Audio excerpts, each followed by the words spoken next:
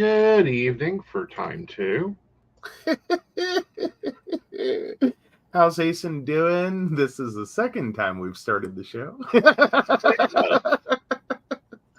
Hi, I'm Techie Joe. Hello. Yeah. Oh, so it's been a fun week.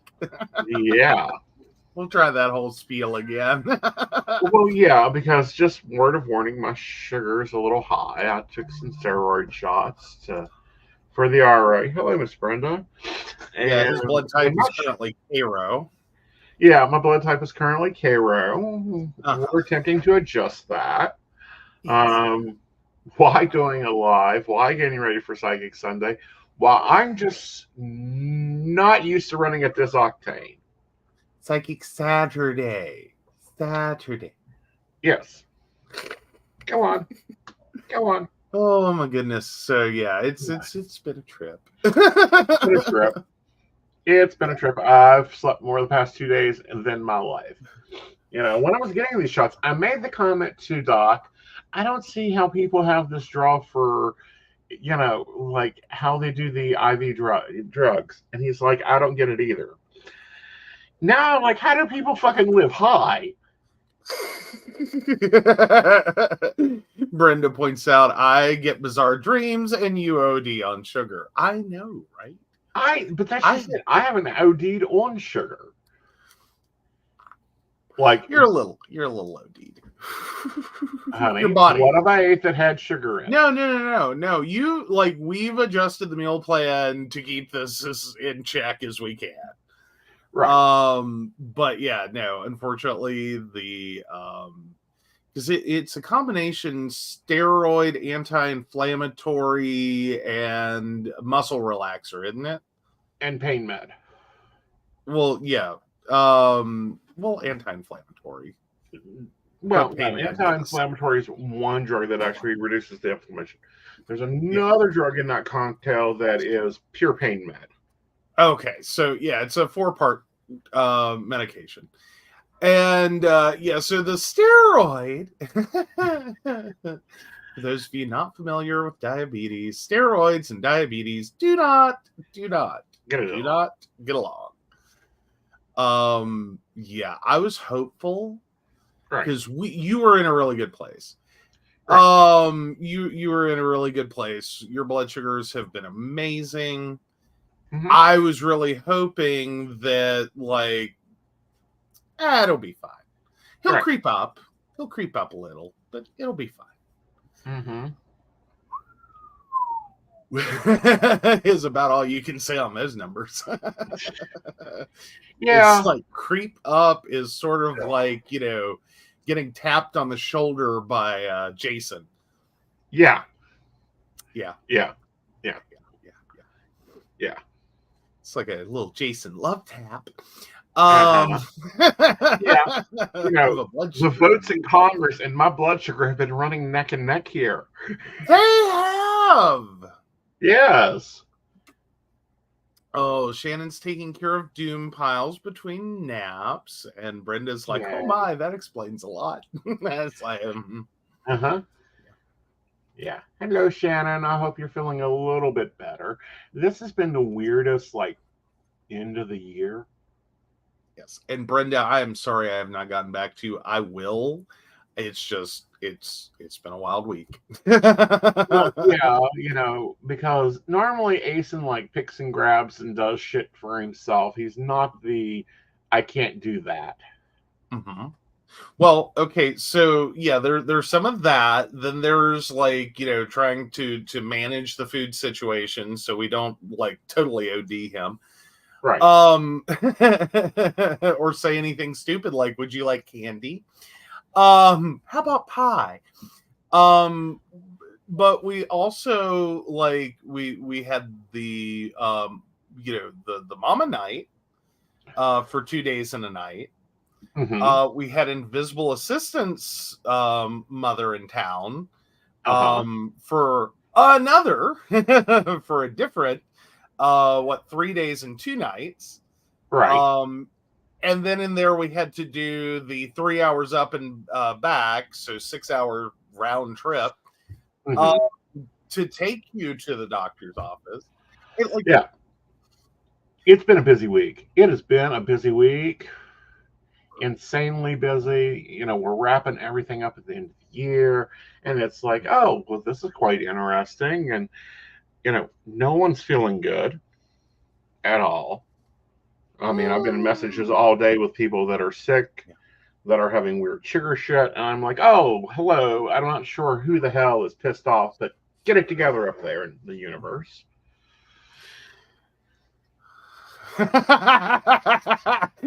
Brenda brings up, ooh, new Christmas movie, The Dark Nights of the Mother-in-Laws.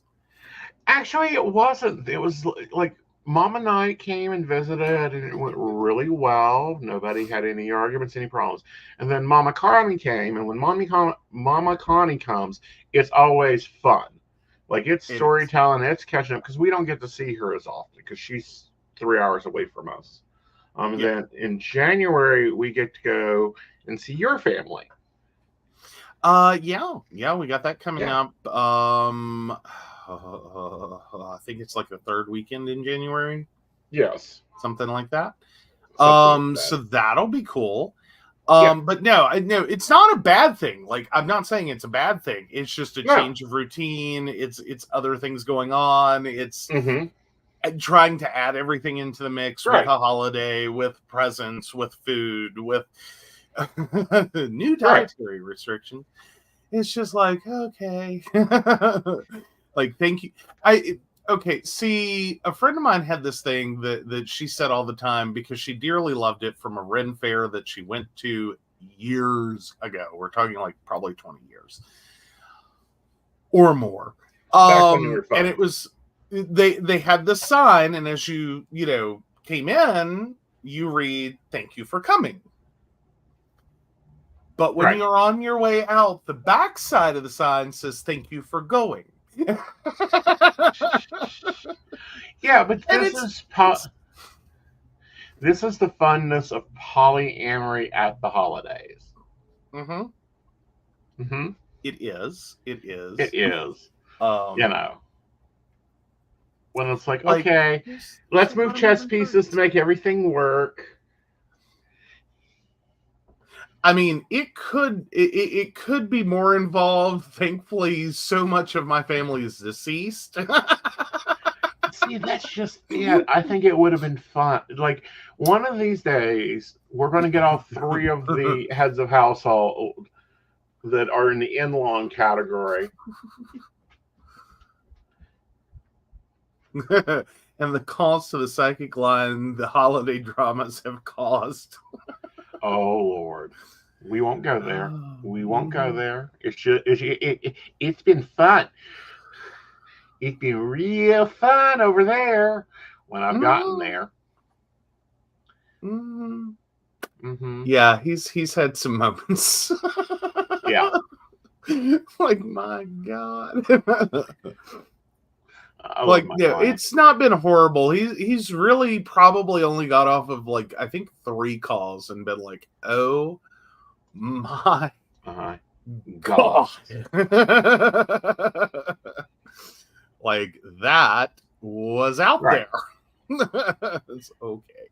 Take a break. Right. Like, yeah. Oh, so Shannon, I'm arguing with my body after adding 2 liters of water to my daily intake. I should not be dehydrated like I am. Doctor told me to switch to Gatorade and citrusy drinks. Oh. Right. So is your doctor thinking maybe you did an electrolyte imbalance, and so, like, you're taking in a ton of water, but it's just kind of shooting straight out? Just like, I don't know what I'm supposed to do with that, so goodbye. Right. And it's, building, and not only that, it's like, people think I'm weird because I like my water super, super cold, but it requires the body longer to process it. Well, there is that. It takes more energy. You have to replace the heat loss. Right. Yeah. All right. So we had an interesting Christmas, but someone else, one of our favorite cast of characters on the clown show we call Congress had an interesting Christmas. Let's dig into that one.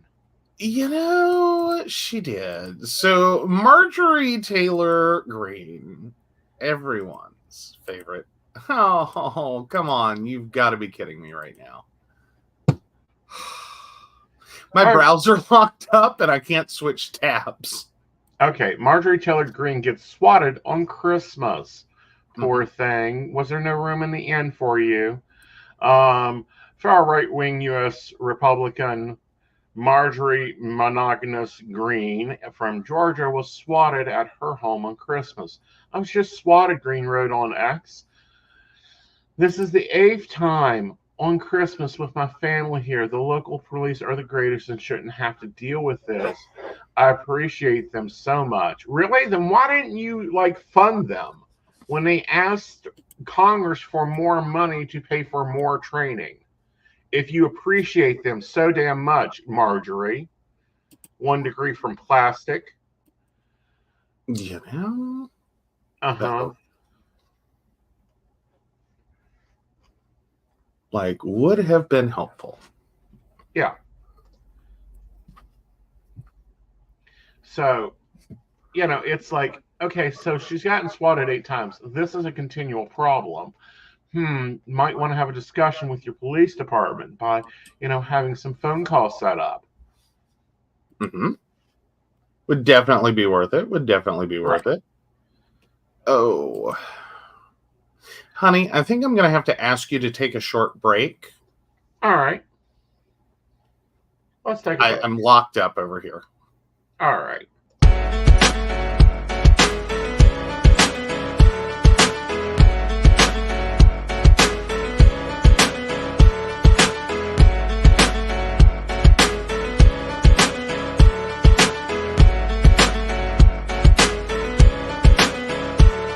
This song's for the winners, never giving up, never giving in when life gets tough. This song's for the soldiers, never call it quits. Live for the challenge, they can never get enough of this. Song's for the winners, never giving up, never giving in when life gets tough. This song's for the soldiers, never call it quits. Live for the challenge, they can never get enough of this. Once upon a time we were dreaming, now we're on the come up, steady scheming. We ain't got a lot, but we believe in what we feel in our hearts as we reach for the ceiling. They all just frowned and shook their heads. I nodded with a smile and took their bets. Came out on top and they all on the losing end. Nothing turned out how they thought it really should have been. And I ought to thank them for real.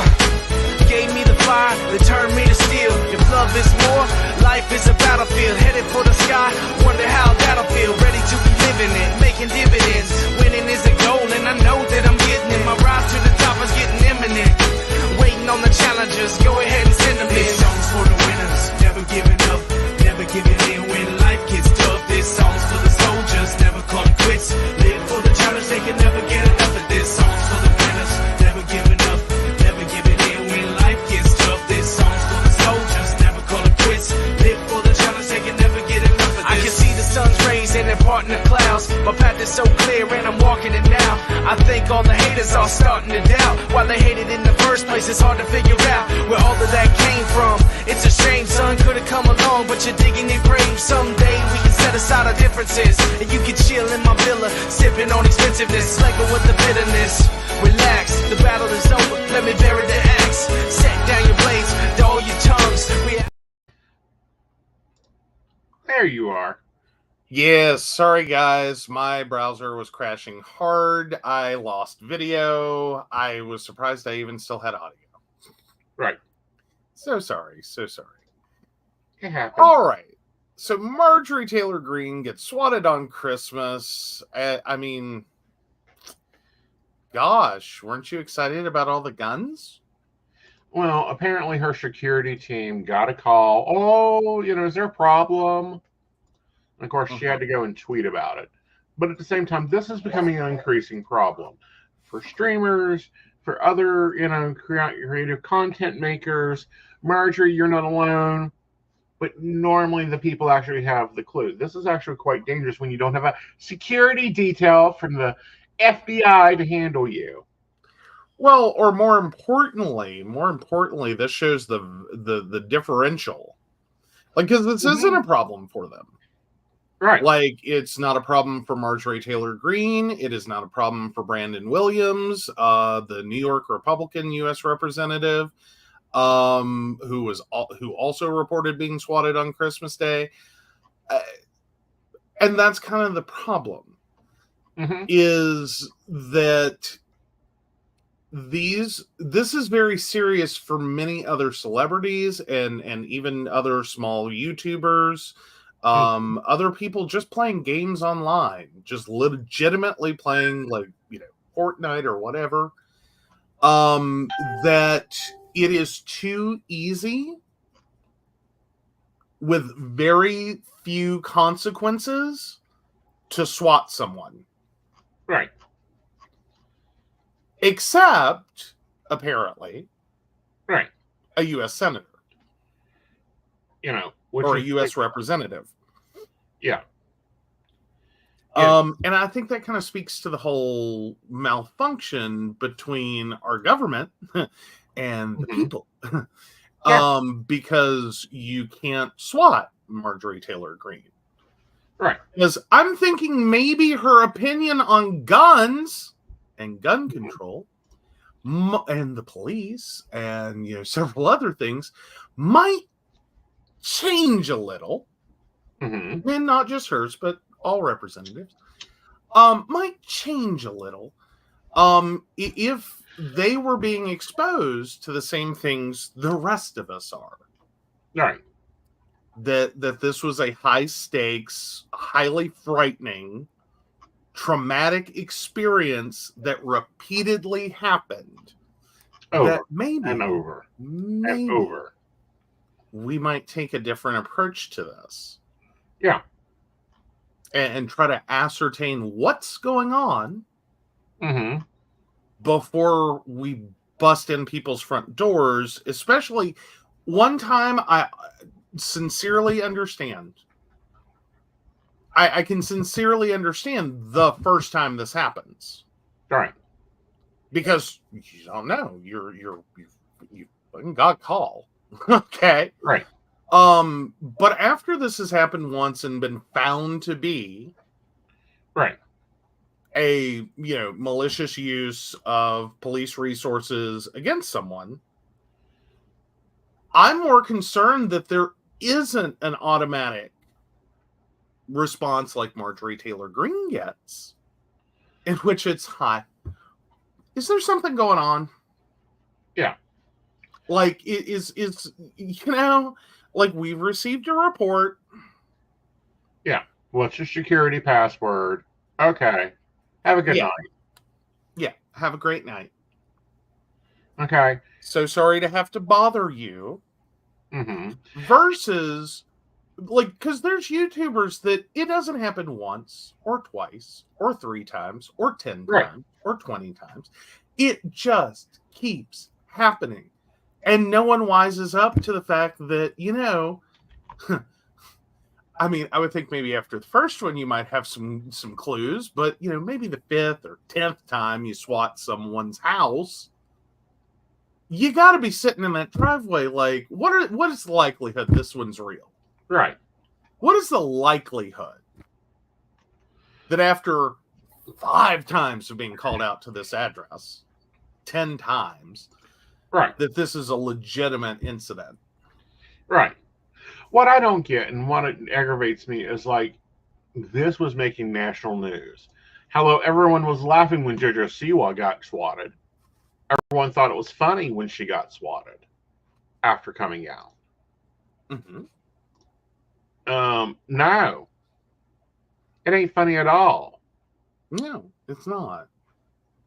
Furthermore, what I would like to see is, fine, you call in and you swat somebody, you go to jail. Yeah. Because they have your number. They have your geolocation. Or they should.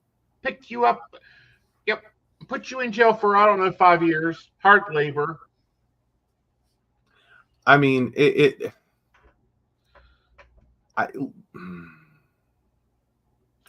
I think it would stop this. I mean, you call in and you swat a YouTuber and you get picked up and you're instantly sent, because it's evident it was your house, it was your number. You know, you go through the court battle, boom to boom, for 5 years picking up litter on the outside on the streets. Maybe you'll have a little bit more respect for police. Well, here's the reality of it is it becomes, you know, in addition to all the things it does to people, in terms of silencing them, making them regret their choices online, even if they are correct, or even if they are voicing an opinion they should be free to express. Quite frankly, it ends up coming off more like attempted murder. Yeah. And that is an additional part of the problem. Mm-hmm. Is that this is an armed military style police response to a situation that they think is out there. Yeah. Like this is effectively a hostage negotiation / you know, crazy person with guns. Right. Bombs or whatever. Like this is trying to actively stop a murder in progress. Right. Or what can become a murder in progress. Right. And it can become a murder. And I mean, to some extent, yes, I do want a police response for that. I do want it to be tactical. I do want it to be, to some degree, aggressive. I also want it to not be something that you can repeatedly do to people. Mm-hmm. Just cause. Right. Without any kind of like safety involved, like any kind of thought involved, any kind of, you know, rationalization that this doesn't make any sense. Right. Like, who is this person? Why are they being targeted for this? Right. And what is the legitimate likelihood that this is an actual event? And honestly, if we, it sounds like it would be horrible, but at the same time, I wonder how many people would apply for a fucking background check and go marked safe from swatting. Right. Like, you do not need to swat this address unless you are contacted by any of the following people. Right. And they have to clearly identify themselves. Well, you know, and they have, you know, like security systems, they have to have a password. Like, this is not hard to do. This would save police resources a lot. This would save a lot of things. But she's not moving on it. No.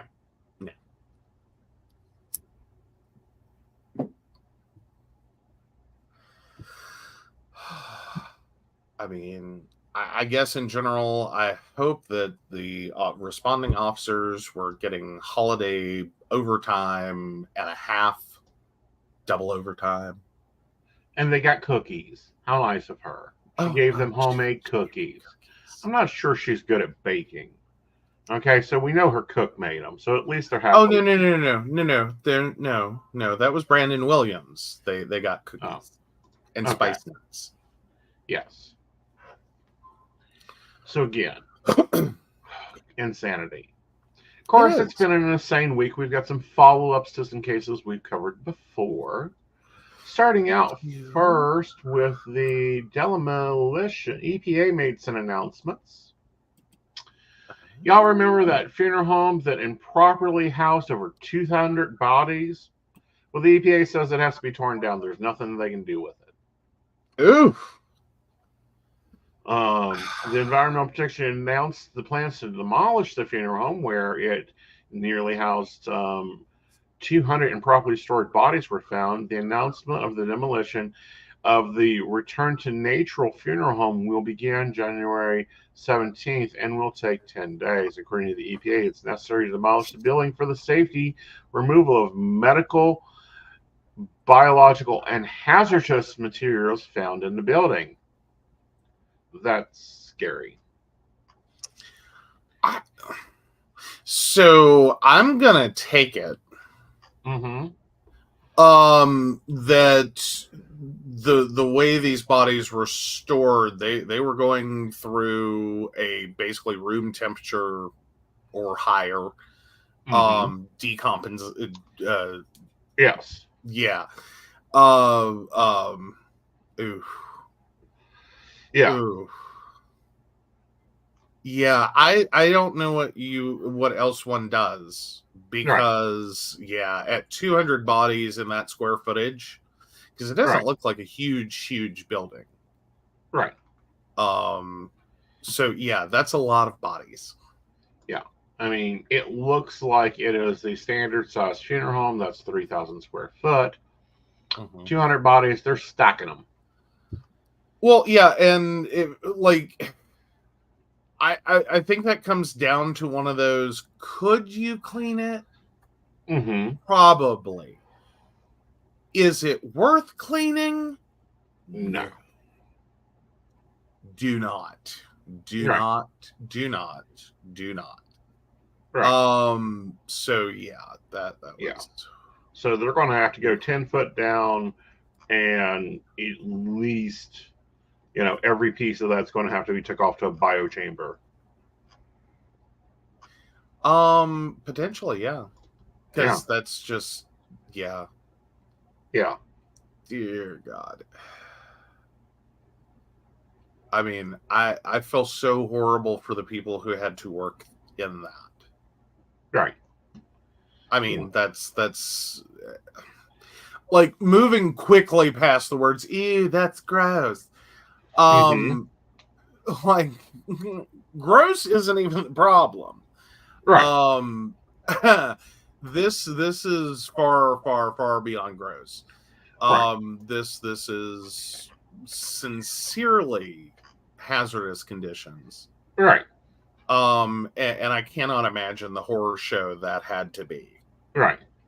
Like that's I hope there's also a plan somewhere in there for emotional support for everyone who worked on this, that will work on this. I'm hoping. Because seriously, this is the thing of nightmares. Yeah. 200 bodies in a few thousand square feet. Mm-hmm. Naturally decomposing at room or above room temperature. Yeah. Whew. Ugh. I mean, just I hate that for anyone who had to walk in. Well, not only that, but can you imagine the poor souls left there? I mean, it's horrendous for the families. Right. I will definitely say that. It's very disrespectful of the deceased. I don't necessarily personally go with the idea that it is, my first thoughts aren't with the deceased. It is very disrespectful of them, and I would hate to be treated or know anyone who was treated that way. It would be very angry. Yeah. I hope they do something like, go in there and like cleanse the area. Someone needs to go and like open a portal and ship everybody out. One of those things needs to occur, because we do not need 200 souls just sitting around going, what should we do with this? Shall we just walk the grounds? Yeah, maybe not. Right. Yeah, definitely clean that up. Right. On multiple levels. Right. Because I mean, again, that's Mm-hmm. And then there's the neighbors. Yeah. Like,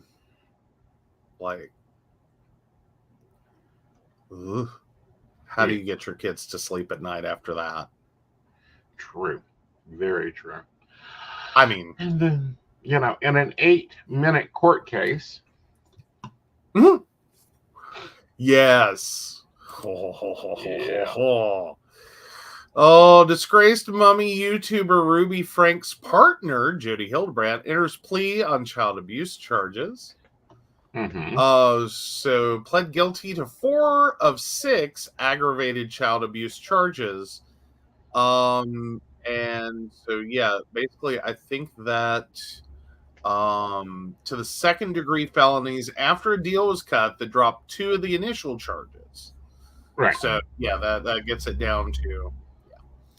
Yeah. And the reason that they dropped the 2 charges is kind of like, we're already technically charging you with this anyhow. This is just was additional options for the jury to consider, so we can drop those. Mm-hmm. You know. But what got me was her lawyer. Now, she's not made many statements. Now, the other lawyer, Kevin's lawyer's been very public. We enjoy Kevin's lawyer. He's quite entertaining. And of course, Kevin has now filed for divorce and is moving for sole custody. And, you know, that's all we know at this moment. But it's interesting because her defense lawyer said that she pled guilty first. The plea deals don't match up. We have the plea deal with Ruby Frankie saying, yes, I'll testify against Jody. Mm-hmm. Jody's plea deal doesn't even mention it. Yeah. Well, quite frankly, I don't think Jody testifying against Frankie was what anyone was concerned with. Right.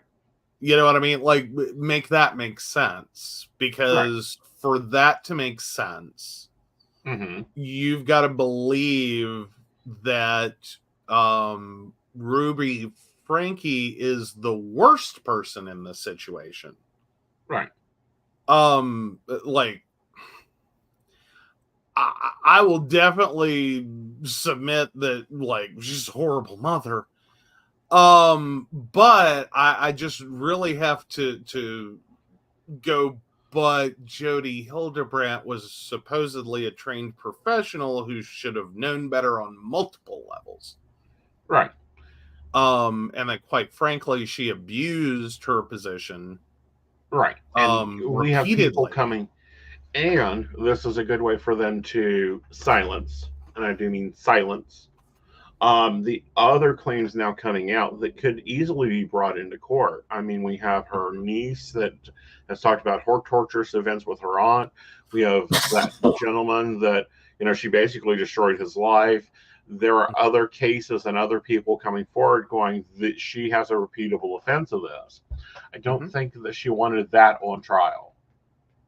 I think good luck with that. I think she's going to end up, either this is going to be a Lifetime movie or this is going to end up being a documentary from hell. Yeah.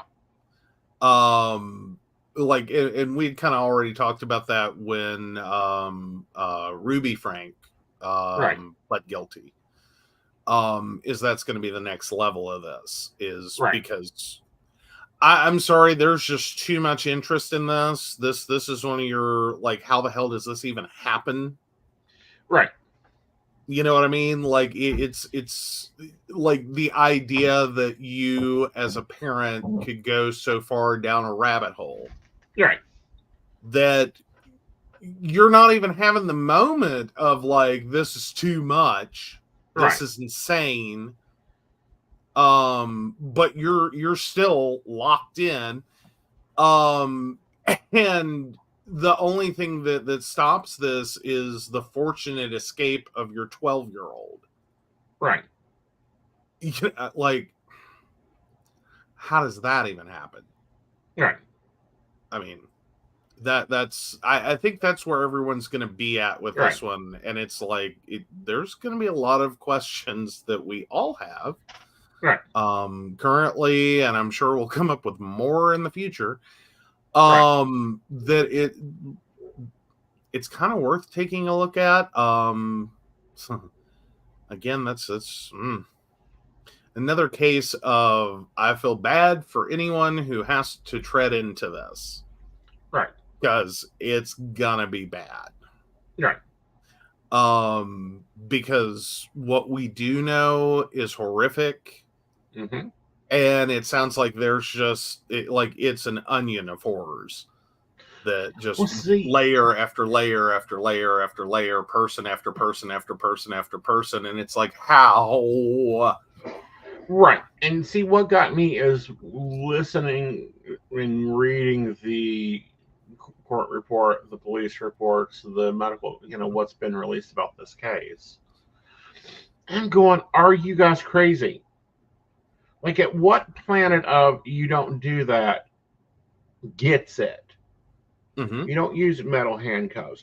You don't use fucking honey and cayenne pepper, for homeopathic method. When they said homeopathic methods, I wanted to almost scream. Like,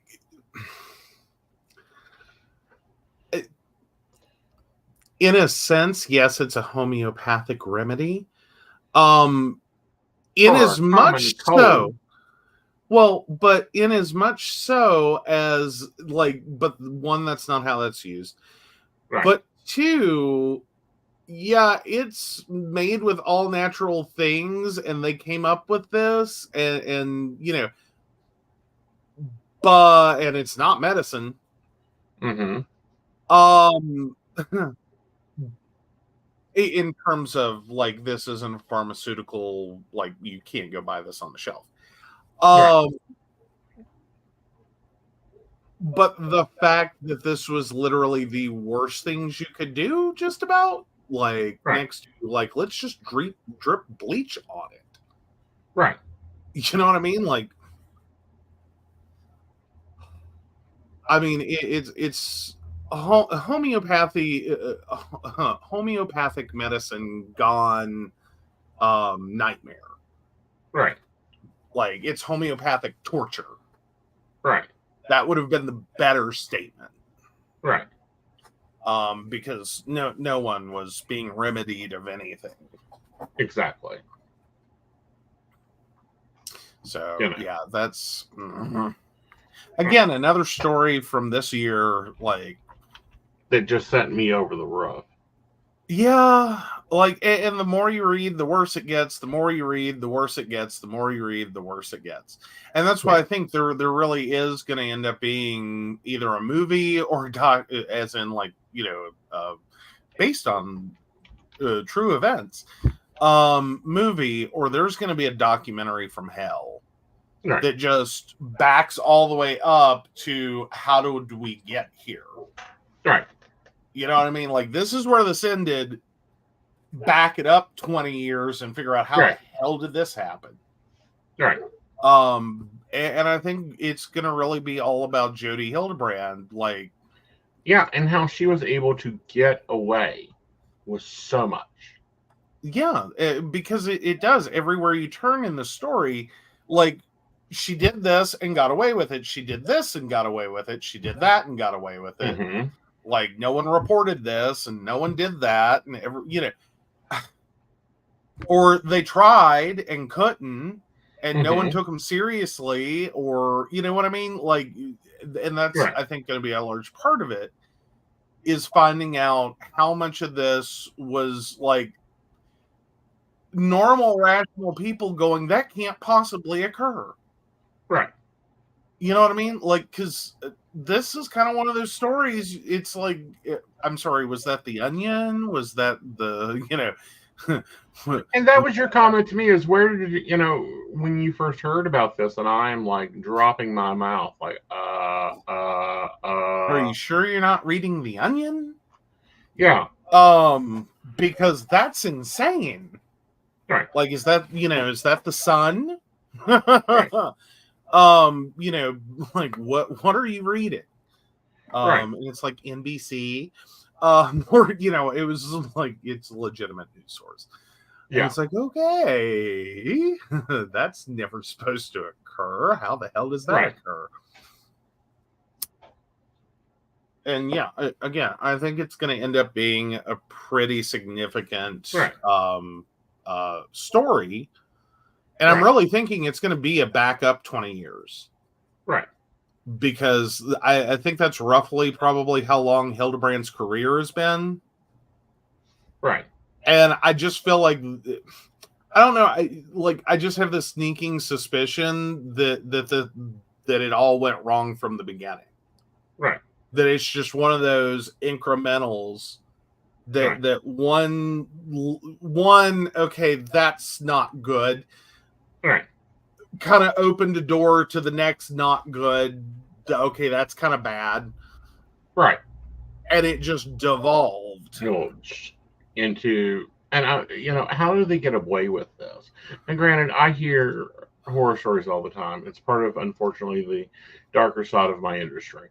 But at the same time, it's like, can we not?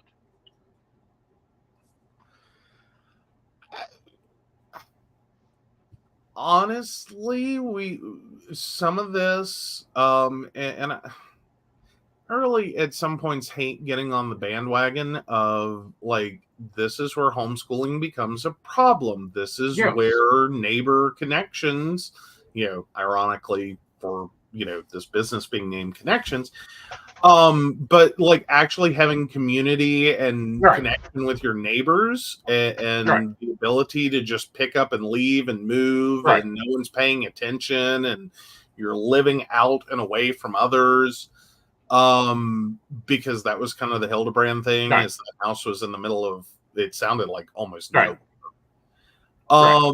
That you start layering those bits on, and it can be really frightening. And again, I don't mean to be one of those people that makes others go around the world with paranoia. But it can be really scary to realize that, like, we don't know much about the people we live near. That even when we're in suburban, like this whole suburbia, houses less than 30 feet apart, we don't know what's going on, a couple of doors away. Like, if we don't hear it, we don't see it. Like, I mean, granted, I also know the flip side of that is when we did know our neighbors, there were also a lot of things we knew and we just didn't deal with. That we knew that the neighbor and her, the neighbor's husband was beating the hell out of her, and we just went, well, that's her marriage. Let's just turn a blind eye. That's the curse of the wife of an alcoholic. Maybe one day she'll realize she'll want to leave him. I mean, that was the flip side of it before, is we did know things. And we just socially accepted them. Well, that neighbor's crazy and beats the hell out of her kids. And, well, I'll feel bad for them when they grow up. But again, and maybe you gave them a little kindness, you tried to make sure that, like, they ate and like let them come over and bathe or whatever. Gave them a warm place to sleep when mommy went off the rocker and locked them out of the house. But quite frankly, anymore, I don't even know that people would even attempt that. Like, the liability set up on that one. I mean, Child Protective's going to be with the crazy mother going, you tried to abduct my children. We don't know. You're probably a pervert. Is the 2023 version of that story. It is. So, yeah, I don't know. It's insane to me that it's almost like a pendulum swing in which the only thing you can do is stay uninvolved and just not know. Well, I get that, but at the same time, there needs to be a professional ethics board. And they need to have more power. You shouldn't be able to just switch from being a therapist to a life coach and you just get to go on. No. I mean, well, which granted, Utah is trying to look at and make that a licensed field as well. And I don't know that that's inherently a bad thing. Like, I think it could go badly, but there's opportunities for it to be a good thing. I think there's a few different fields that probably should have more oversight than they do, because we kind of, I don't know, stopped somewhere in the 80s with licensing shit. And I mean, name something modern that we've created a licensing board for. True. Like, we license cosmetology, hair and makeup. We license massage therapy. We license principal engineers. Mhm. We license a lot of things and did for many, Right. many years. Right. But I can't think of anything from the since the 80s that we've went, we should probably license that. Right. We should create a licensing board for that. Right. And so many careers have opened up since the 80s. Yeah. And it's like, okay, so what are we doing here? How are we doing this? Where are we doing this? But I think that it also comes to being professionals, and professionals gathering together and going, we ain't gonna tolerate this. This bitch is not a life coach. This is Mhm. not how we run our business. And it's very much like the psychics that have took a stand and said, no, we're running you off the platform. Yeah. We done heard your bullshit. Granted, if you look at a lot of the things that are licensed, there's typically also some form of a union. Right. Like massage therapists and cosmetologists, not necessarily as much, but like nursing licensing, oh yeah, there's a corresponding union. Like there's well, but no, massages have an org, because Eric's part of some national org. Right. It's not technically a union; it's a national org that provides the EUs and that type of thing. Because I've looked at that. But no, I think it's getting to really into a position of we gotta step the hell up in different ways. Union, yes, I'll go union in a heartbeat. But that union is going to have to work for me like the unions do. The nursing union works for it. Like it stands up and says, oh no, you ain't doing that. That's against your contract. Like, professionally, I'm in IT. There are there some professional organizations? Yes. Yeah. They're tiny. Right. No one is interested in joining them. Right. Now there are standards organizations. Right. To create technological standards. Right. But professional organizations, there's a few, and they are tiny. Right. And it's not like you have to join that. It's not. And even with certifications, that's usually more so to make companies and their clients feel better. Right. Like if you want to get to the nitty gritty of it, most of the certifications in my industry are about having, pretty little stars on a star chart. To communicate that, see, they know what they're doing. Right. In a way that has some recognition, but otherwise, and even that's been called into question before, that some of the certification programs are just total garbage. Right. That they're not really they're just certification of your skills at a particular moment. A lot of companies don't really bother with continuing education or recertification, because most companies don't bother with education for IT employees. Right. Quite frankly, they don't even know what the hell we're doing. Right. Which is again kind of all scary. Right. Because professionally, the things that I can do to your business, or even just working with personal clients, the things that an IT person can do to you are hideous. Right. And we don't have any system. We're not even trying to police this. We're not even trying. They're too busy trying to police bathrooms. Okay. Let's be bitchy honest. They're too busy trying to police bathrooms. Yeah. So, this is the last Mountain Bears of 2023. What have been your Mountain Bear moments of 2023? Quickly. Oh, my moments? Oh, wow. Oh. What have been some stories that's that was a good story? That was a killer show. Well, I think our biggest story, the one that just went places. Yeah, that's definitely got to be the psychic who accused the college professor. Right. Like that one, that for well, that wasn't really Mountain Bears though. That was psychic coffee shops. No, that was Mountain Bears. We broke it on Mountain Bears. Okay. So yeah, that one was big.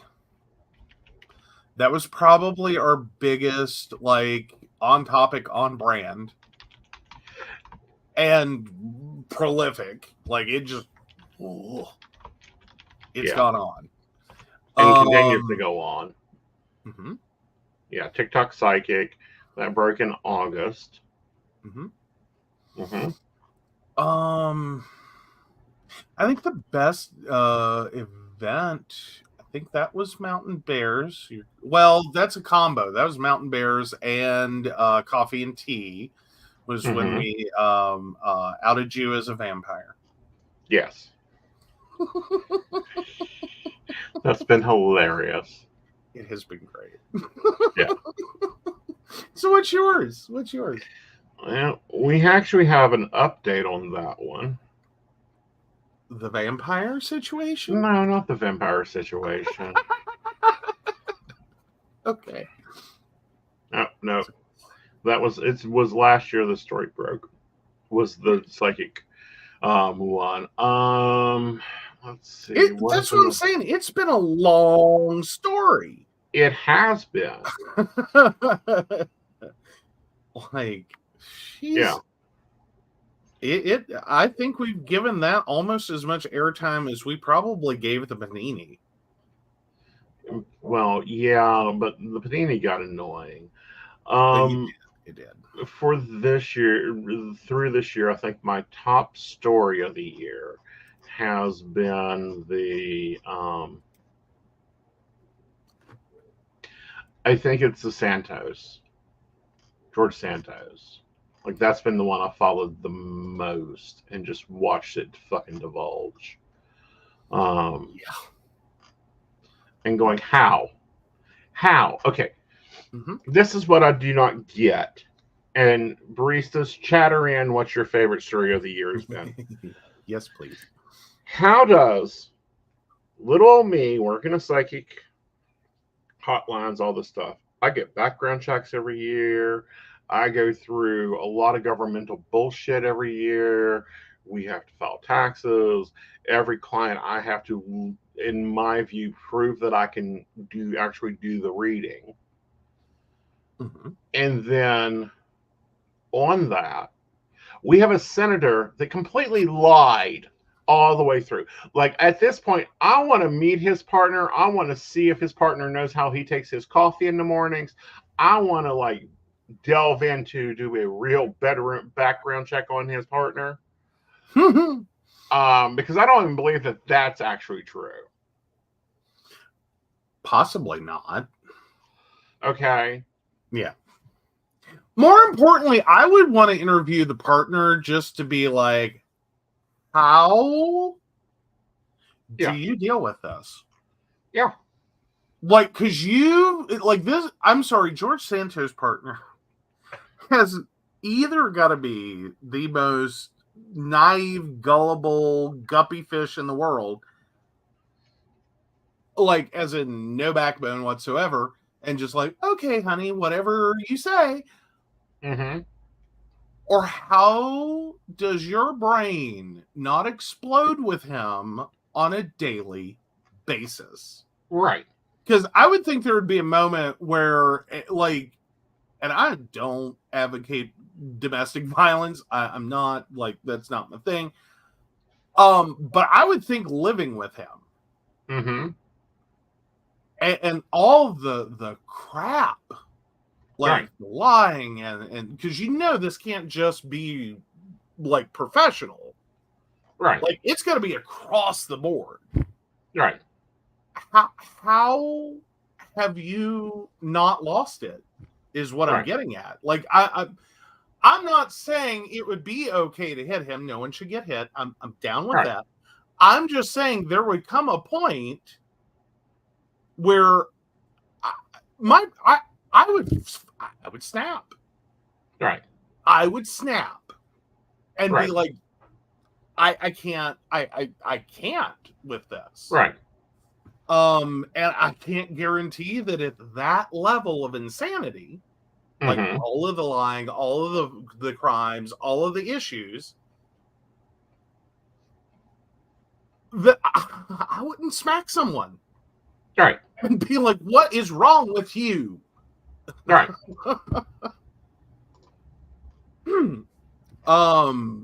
Like I just want to know how do you live through this is my question for his partner. Well, not only that, how do you deal? How do you deal in general with it? How do you, because I'm sorry, I balance multiple partners. It's quite easy, but, I also have dossiers on both of them.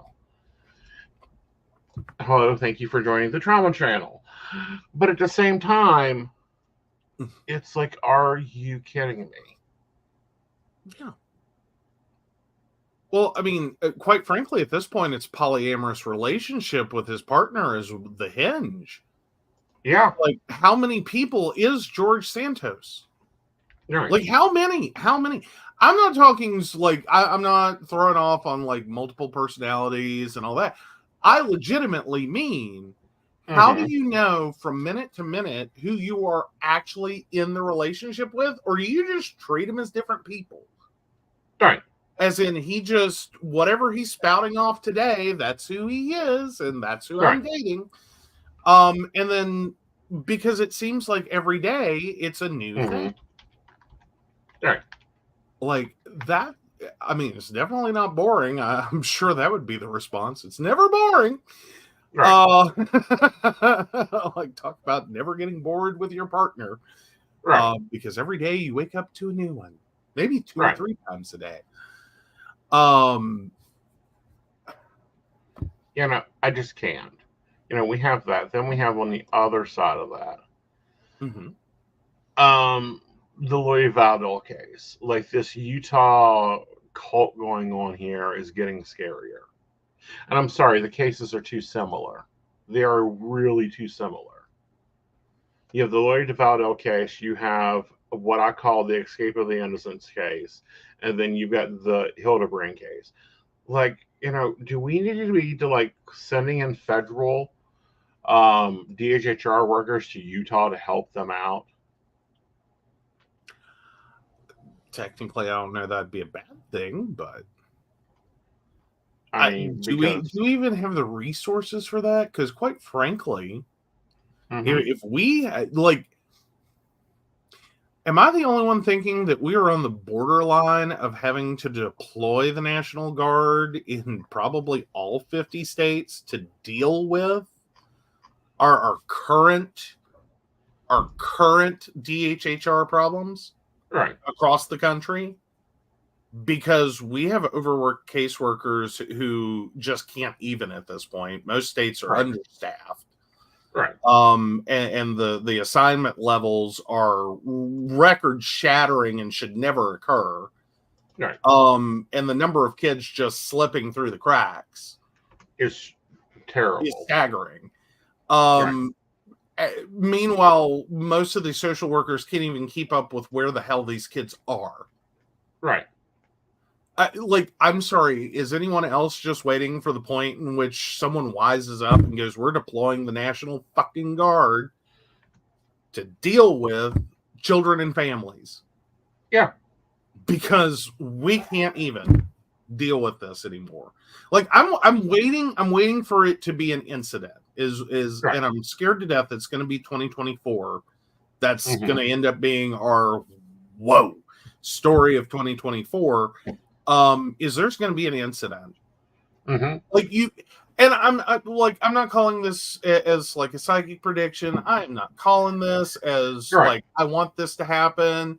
I'm telling you, with the level that we are incapable of taking care of kids and managing these situations, and the overwork of caseworkers, and the quite frankly the mental break they're about to have, between stress and the horrors of the job, I don't see that there's not just a tipping point that's like right here. Right. And there's gonna be an incident that is gonna be massive and it's gonna be horrific. Right. And we're gonna end up seeing a massive overhaul of our entire child welfare system, because quite frankly, that's been needed for decades. It's typically not very well funded, and generally doesn't really care about children, right, or families. It tries, right, like that's what it's been doing. It tries, but it lacks any true ability or focus, right, to make it happen. Right. Like I don't hate social workers. I do not hate the concept of a child welfare program. Right. I don't hate the concept of, monitoring parents and their interactions with their children and how they're raising them, and having the ability to go, you are damaging this child. Stop it. Right. That I don't have a problem with. The systems and policies and the way we try to do it, right, that I have a problem with. Right. Like, and it's not about the people. For the most part, I think there's always, in any group, gonna be bad social workers. That's just gonna happen. I mean, on the whole, I think these are really great people who are trying. Right. And they don't have the resources. There's no way in hell to do this. Not with the way it's set up, not with the resources they've been given. Right. Like, at this point, the Postal Service is doing better and has more resources. Right. And, they're way underfunded. Now, I do want to give a shout out here. We're not going to dig into the story much, but Mike DeWine, Republican of Ohio, he did veto the banning healthcare for trans minors bill. Oh, I will say thank you, Governor DeWine. Well, DeWine's not a bad dude as a governor. He's a Republican, but he's one of those that I could have coffee and debate stuff with. And he does actually he's not total party, which is good. Yeah. And I will say this, he took some strong, there's a few Republican governors that I respect. DeWine is one of them. He looks at what's good for the people of Ohio. Which that's supposed to be the whole thing. Right. And during the panini, Jim Justice was at least smart enough to follow DeWine. Yes. For the most part. Yes. The other one that I have real respect for is the governor of Maryland. Is that the commandeered a plane and flew for masks? Is that the governor of Maryland? It is the governor of Maryland. I'm getting these. Okay. No. Okay. He is no longer the governor of Maryland. Okay. Who was it? Larry Hogan. Okay. Is another Republican that I actually fully respect. Because he said, I'm a governor. This is my state. We're kicking ass. I'm taking the plane that we paid for the Redskins to have a plane to fly the hell around. We're going to China. We're grabbing masks. We're grabbing PPE for my nurses. And y'all ain't fucking with me. And I have control of the National Guard. You feds try to step on my property, I will start a civil war. And in that instance, I mean, it's not where you want your governor to be like 24/7. No. But in that moment, right, get on the damn plane. Exactly. Get on the damn plane. Exactly. I'm down for that one. Yeah. Like, thank you. Appreciative use of power and force. Like, it's a fine line. There's excessive, which a lot of people have fucked up.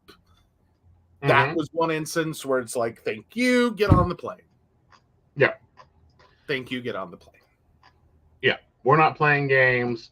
And he quoted this. He said this. We're not playing games with Maryland People, we ain't playing games. I will put your ass in jail. Mhm. If you show up and you're not supposed to be up. Like, he went hard. It wasn't like, oh, I'm an essential bit. No, you ain't. Yeah. Just because you carry candy bars don't make you a grocery store. Close your damn ass down or I'm putting your ass in jail. So people have said in, some of our comments that I don't like Republicans. No, I don't like most Republicans that are idiots. I don't like Trumpetarians at all. Which, may move to remove him off the ballot, which is good. Like, he shouldn't be there. I'm not entirely 100% one party or the other. I think Republicans have had decent ideas. Mm-hmm. Democrats have had decent ideas. My leanings have been more Democrat. Right.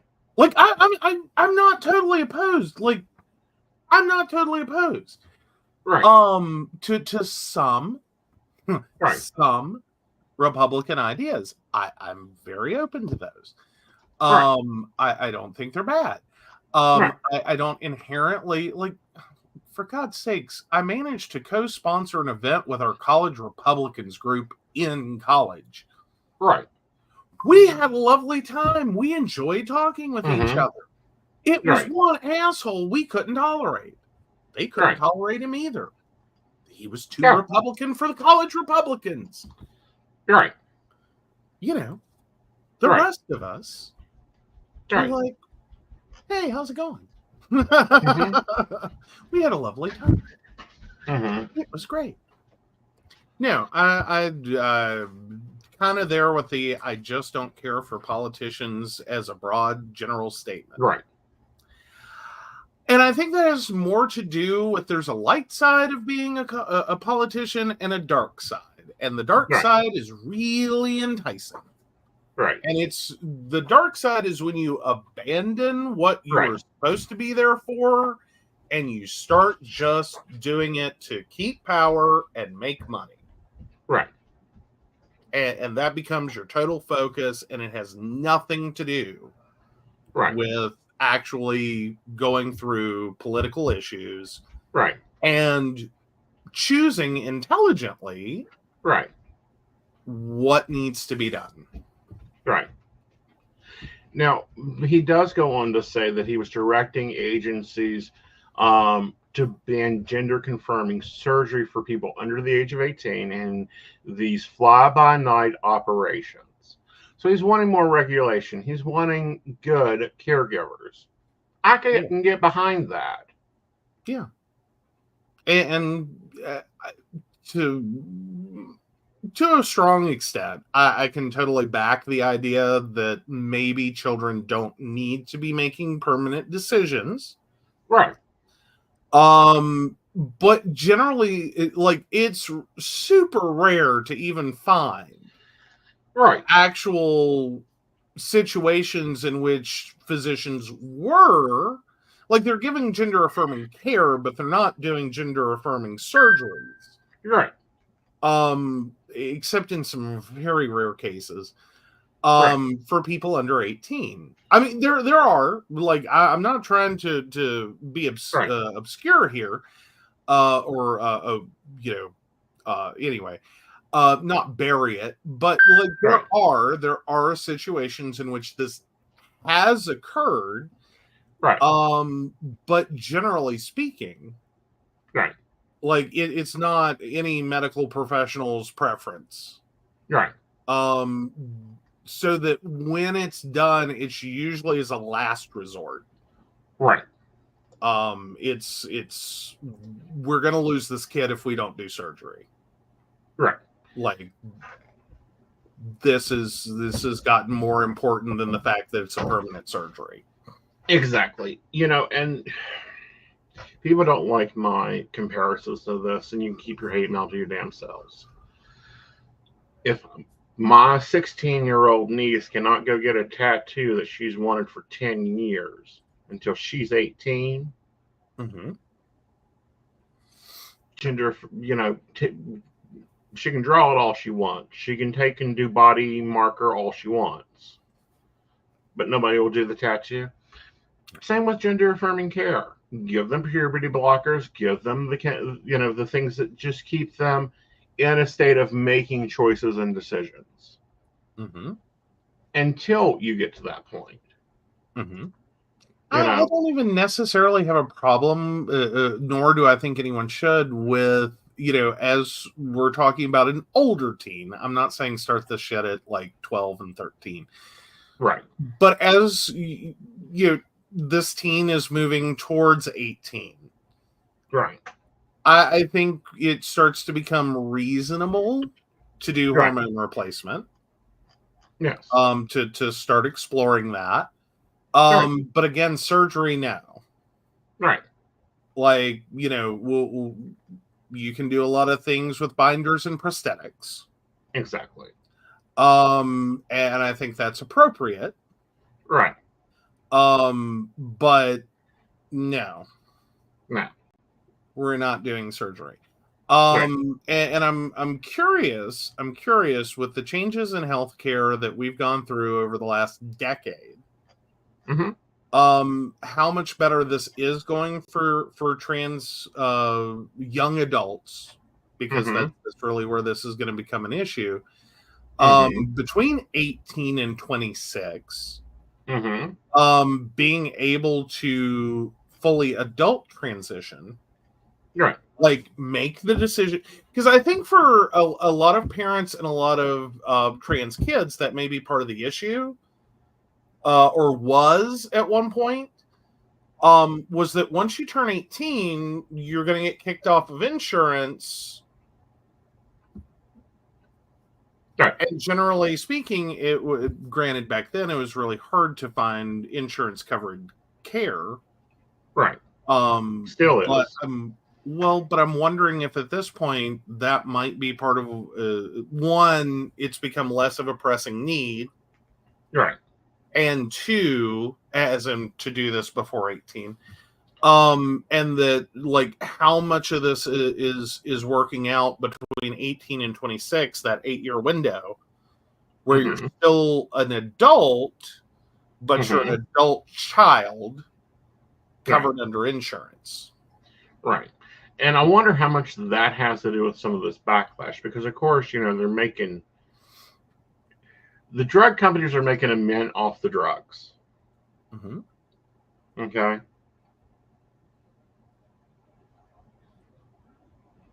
Okay, so Shannon points out, my sibling had to go through 2 years of targeted therapy before they turned 18 to be allowed to do testosterone, and only then within 6 months of being 18.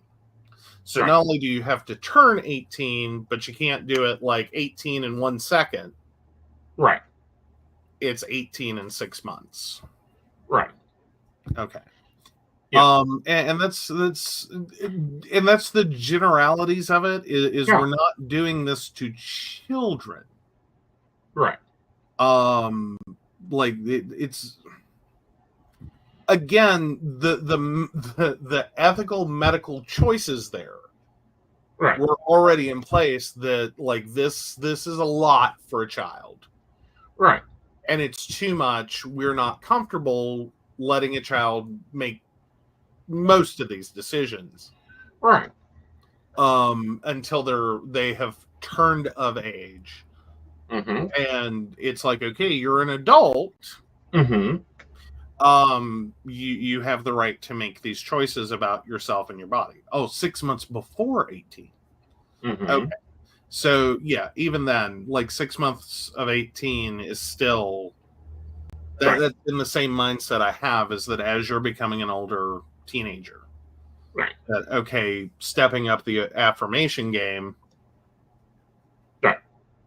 And see here, people do not like my opinion of this, and I don't have a horse race in it, but it used to be a process. It wasn't just like you jump to a plastic surgeon and 6 months later, boom dee bum bum bum, take a trip to Mexico. There was a process. And there was a process because it is a process of, like, you got to get legal documents changed. You've got to make other choices. Doing all that is a process. Getting the mental health clearance is a process. And people do not like my opinion that I think there should be a logical plan of execution. This doesn't just like you pop into Dr. Botch and get a nose job done. No, there's much more to it. Yeah. And I think there should be much more to it. That is sometimes a comparison that I've heard made as to there's a lot of things we will allow. Right. And that the medical community has not really struggled with, per se.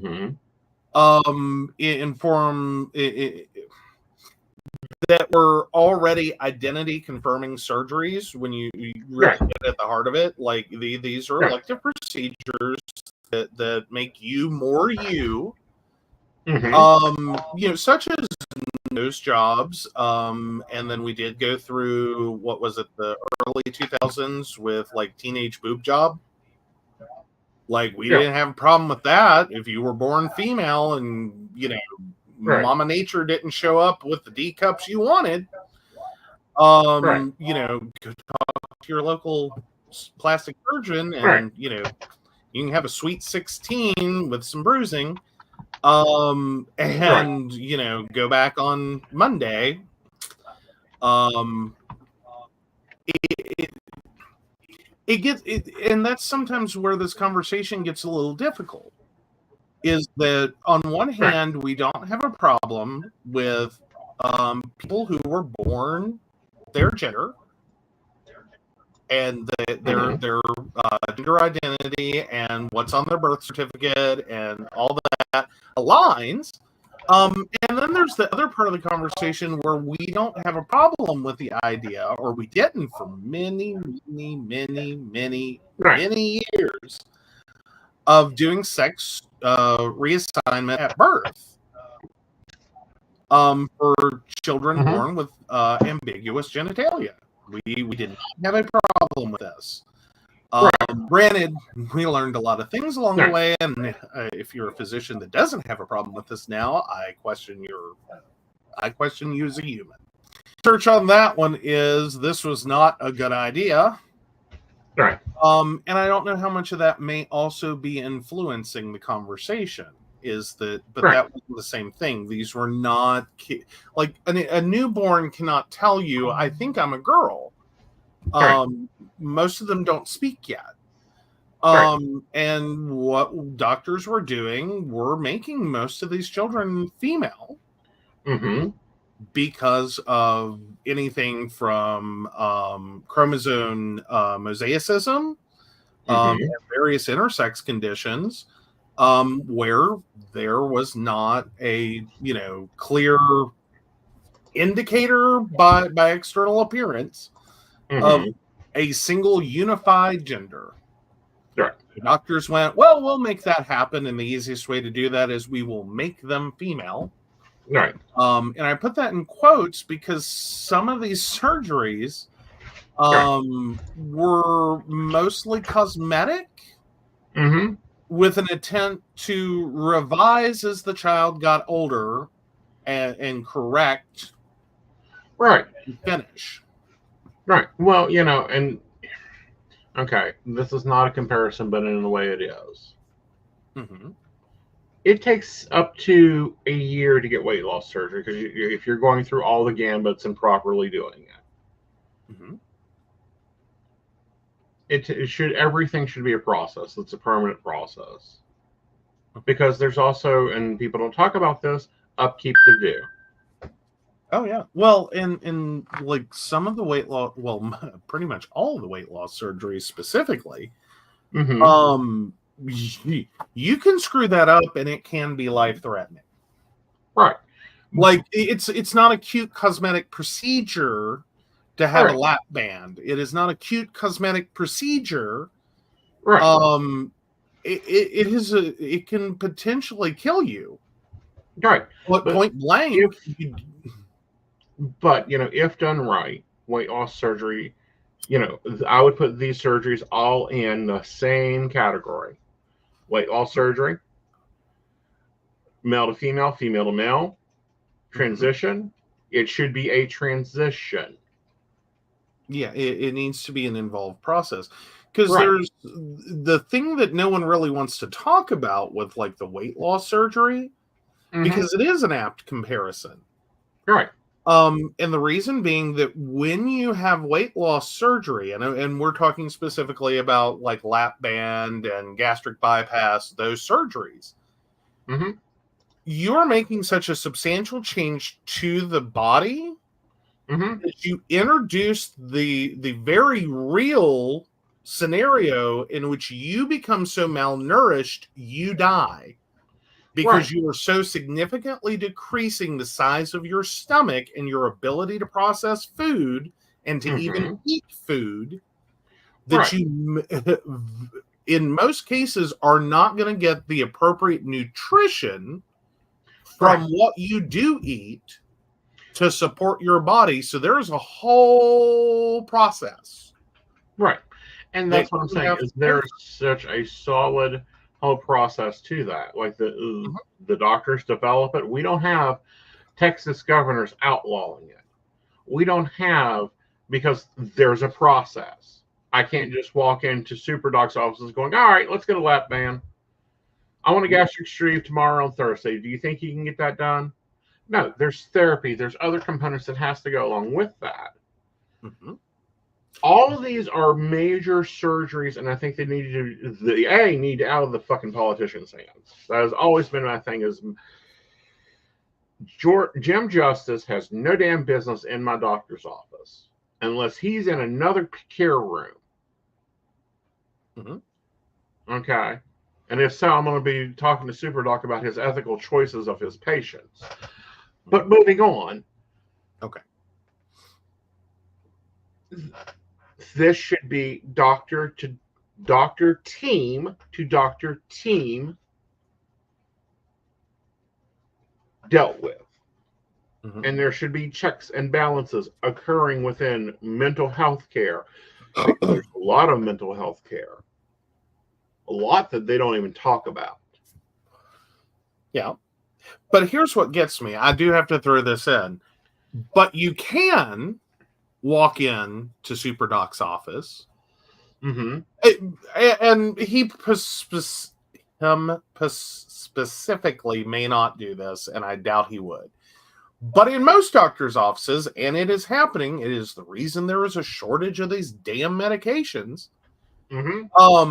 Walk in and ask for diabetes control shots as a weight loss solution. You don't have to talk to a therapist about your eating disorder.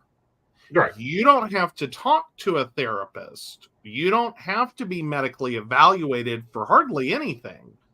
Right. And you can walk out, and as long as you can afford it, because you're using it off label and it's not going to be covered by insurance, you can walk out with a medication intended to treat diabetes that happens to have shown in studies, and you know, through word of mouth, weight loss. Right. And it scares the hell out of me because because the last time we had a weight loss drug, it was fen-phen. Right. That was our last big one. Before they started with Trulicity injections and whatever the other one is. I can't think of it right now. Back in the 90s, we had fen-phen. Fen-phen isn't the one. That wasn't the last one. Okay, it was the last one I paid attention to. Yeah. Like, it had a cult following, though. Doctors were writing it like it was the new panacea for the universe. We are going to fix obesity in like a year. We're just going to put all of our obese patients on fen-phen. They're all going to get skinny and healthy. It's going to be great. And the amount of fucking damage. Right. Because unfortunately, what we didn't know then, as you know, one, patients were jumping for it, and doctors were readily giving it because it was going to improve health outcomes. Right. like overnight. Yeah. Was that long term, it caused severe heart problems. Right. Now, just to clarify, Trulicity is not listed as one of them. Oh, isn't Trulicity one of them? What? Okay, Nope. I thought it was. No. Trulicity is not listed as one of the. Okay, what are they? What are they? Because I know they're. I think they're both diabetes medications. Generally speaking, Right. like, it's the same concepts. Mm-hmm. It's for control of glucose, is what it's meant for. It's an injectable. Here are the current ones approved. Okay. I'm not even trying. You can do it. Okay. Contrave, Saxida, Saxida, or Saxenda, Xenocol, Quizmia, Wegovy, and Imsivri. Yeah.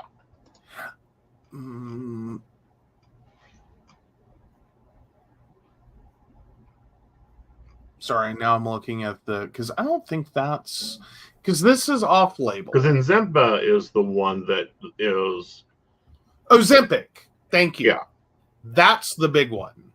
Right now, there is a shortage of that medication, and it is intended for diabetes patients. Right. Yeah, that's the one.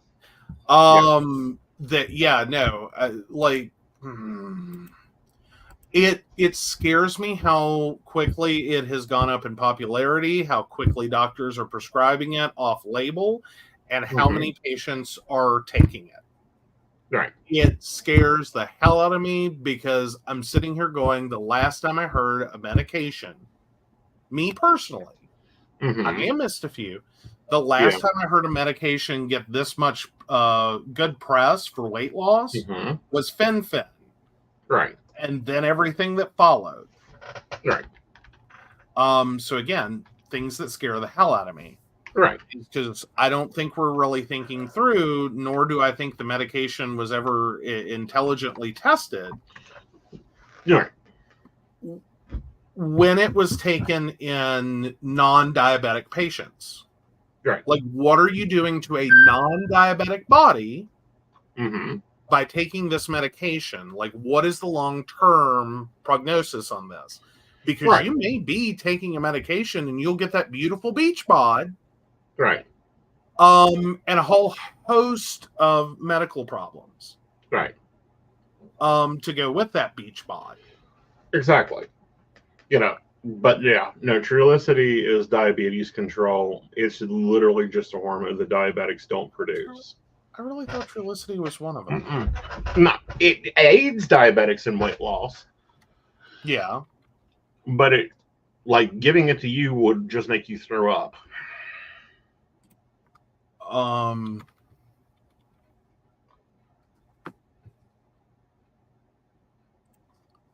Yeah. I just want to double check that. I really thought Trulicity was one of the meds, or if it wasn't, it was another one that, like, because there's a few that hit the market all about the same time.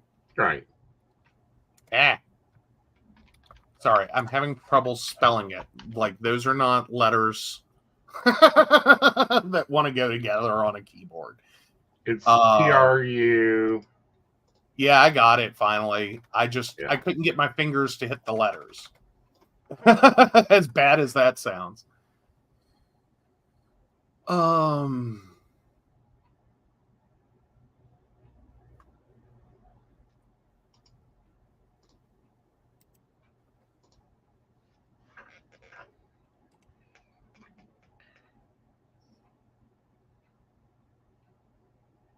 No, it is being used alongside Ozempic. Okay. Yeah, I thought it was one of the ones because I remember you and SuperDoc had a conversation. Right. And he was like, we can do Trulicity, but there's no point in me even writing a prescription for Ozempic. Right. And you were like, well, Trulicity's the one I'm interested in anyway. Right. Because Like I want, well, because what you went in and said, sorry, just cute moments, is I want the lizard spit. right, and the reason for that was my A1C kept creeping up, and kept, like, my sugars were going up, and I'm hitting my max on metformin, and I'm like, I don't like this. I don't like this. Like, I can read the writing on the wall. I know where this is going. I am the bad patient because Not. well, I am a bad patient. You're bad, and you're a horrible patient, period. But in this specific instance, on this kind of thing, no, you're not a bad patient. This is where patients need to be. Right. Well, what I'm saying is, for the normal doctor, I'm a terrible patient. I read their lab reports. I read everything. I know where this is comparative to this. I'm looking at medications and medical trends and going, no, we're not doing that. You're going to do this. More so, you're actively involved in your healthcare, and you're trying to avoid total breakdown life incidents where you have to hit rock bottom before you go to the doctor and say, this isn't working. Right. Instead, you're going, I'm seeing some writing on the wall. Are you seeing the same thing? Right. And do we need to go ahead and get in front of this and change meds, change tactics? Because it doesn't look like this is going to work for very much longer. Right. Which was effectively what you said. Yeah. With the metformin, when it was like, I'm taking 1,000 milligrams twice a day. Right. My blood sugars are still creeping up. My A1C is creeping up. This doesn't look like a good long-term plan for me to wait till I'm in my, like, the 200s. And my A1C is like an 8 or a 9 or, some ungodly number. Well, 11, because we were at 8 already, and I'm like, oh, we were already at 8, yeah. I'm like, I'm not hitting on an 11, because in 11 we're going to an insulin pump. Yeah. And so you're going, does it make sense? Like, I've seen a new map. Does it make sense for me to switch now? And try to get in front of it and see if we can delay these things. Right. As far out as possible and keep me for as many years as possible out of routinely high blood sugars. Right. Technically, that is one of the serious considerations for diabetes, is the longer periods you spend with really high blood sugars, the more in that period damage it does to your body, because the body is not intended to operate at like, a constant 300 or a constant 400. Right. And when you're starting, to see those numbers creep up, you're doing damage. This is where a lot of, like, your neuropathy will come from, where a lot of your skin issues will come from, your problems with infections, the problems from taking medication to fight infections. Like, not only that, but the continual damage. But at the same time, for a diabetic, they have to be overly involved. Like, I analyze everything I eat, everything I drink. Right now I'm pissed because I'm out of the gym for 72 hours. Like, and no one's going, most people go, oh, you're having a long weekend away from the gym. What's the problem? Well, here's the problem. Less physical activity increases sugar. Increased sugar ranges higher sugar. It's this boom, ba boom, ba boom, ba boom, ba boom. Brenda also points out, but getting the pumps approved when you're on assistance. Friend can't get the pump approved. No, they don't like the pump. They really don't like those pumps. I don't think there's a single insurance company that likes the pumps, because, quite frankly, it's cheaper to give you a needle and tell you to deal with it yourself.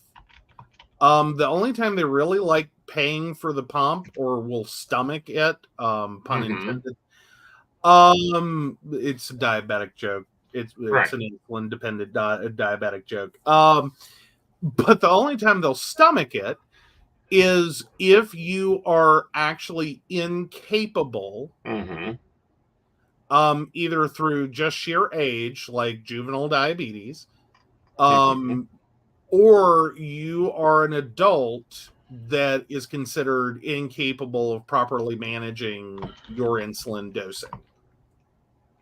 Right. Then they consider it more highly. But if you're a fully functional, competent adult, Right. they're like, grab a syringe, draw it up, stick it in, quit Right. being 80. Is the basic insurance concept, because it's cheaper. We'll pay for needles forever.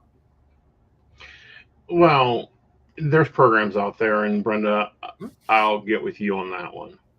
Yeah. Unfortunately, it's like people go past,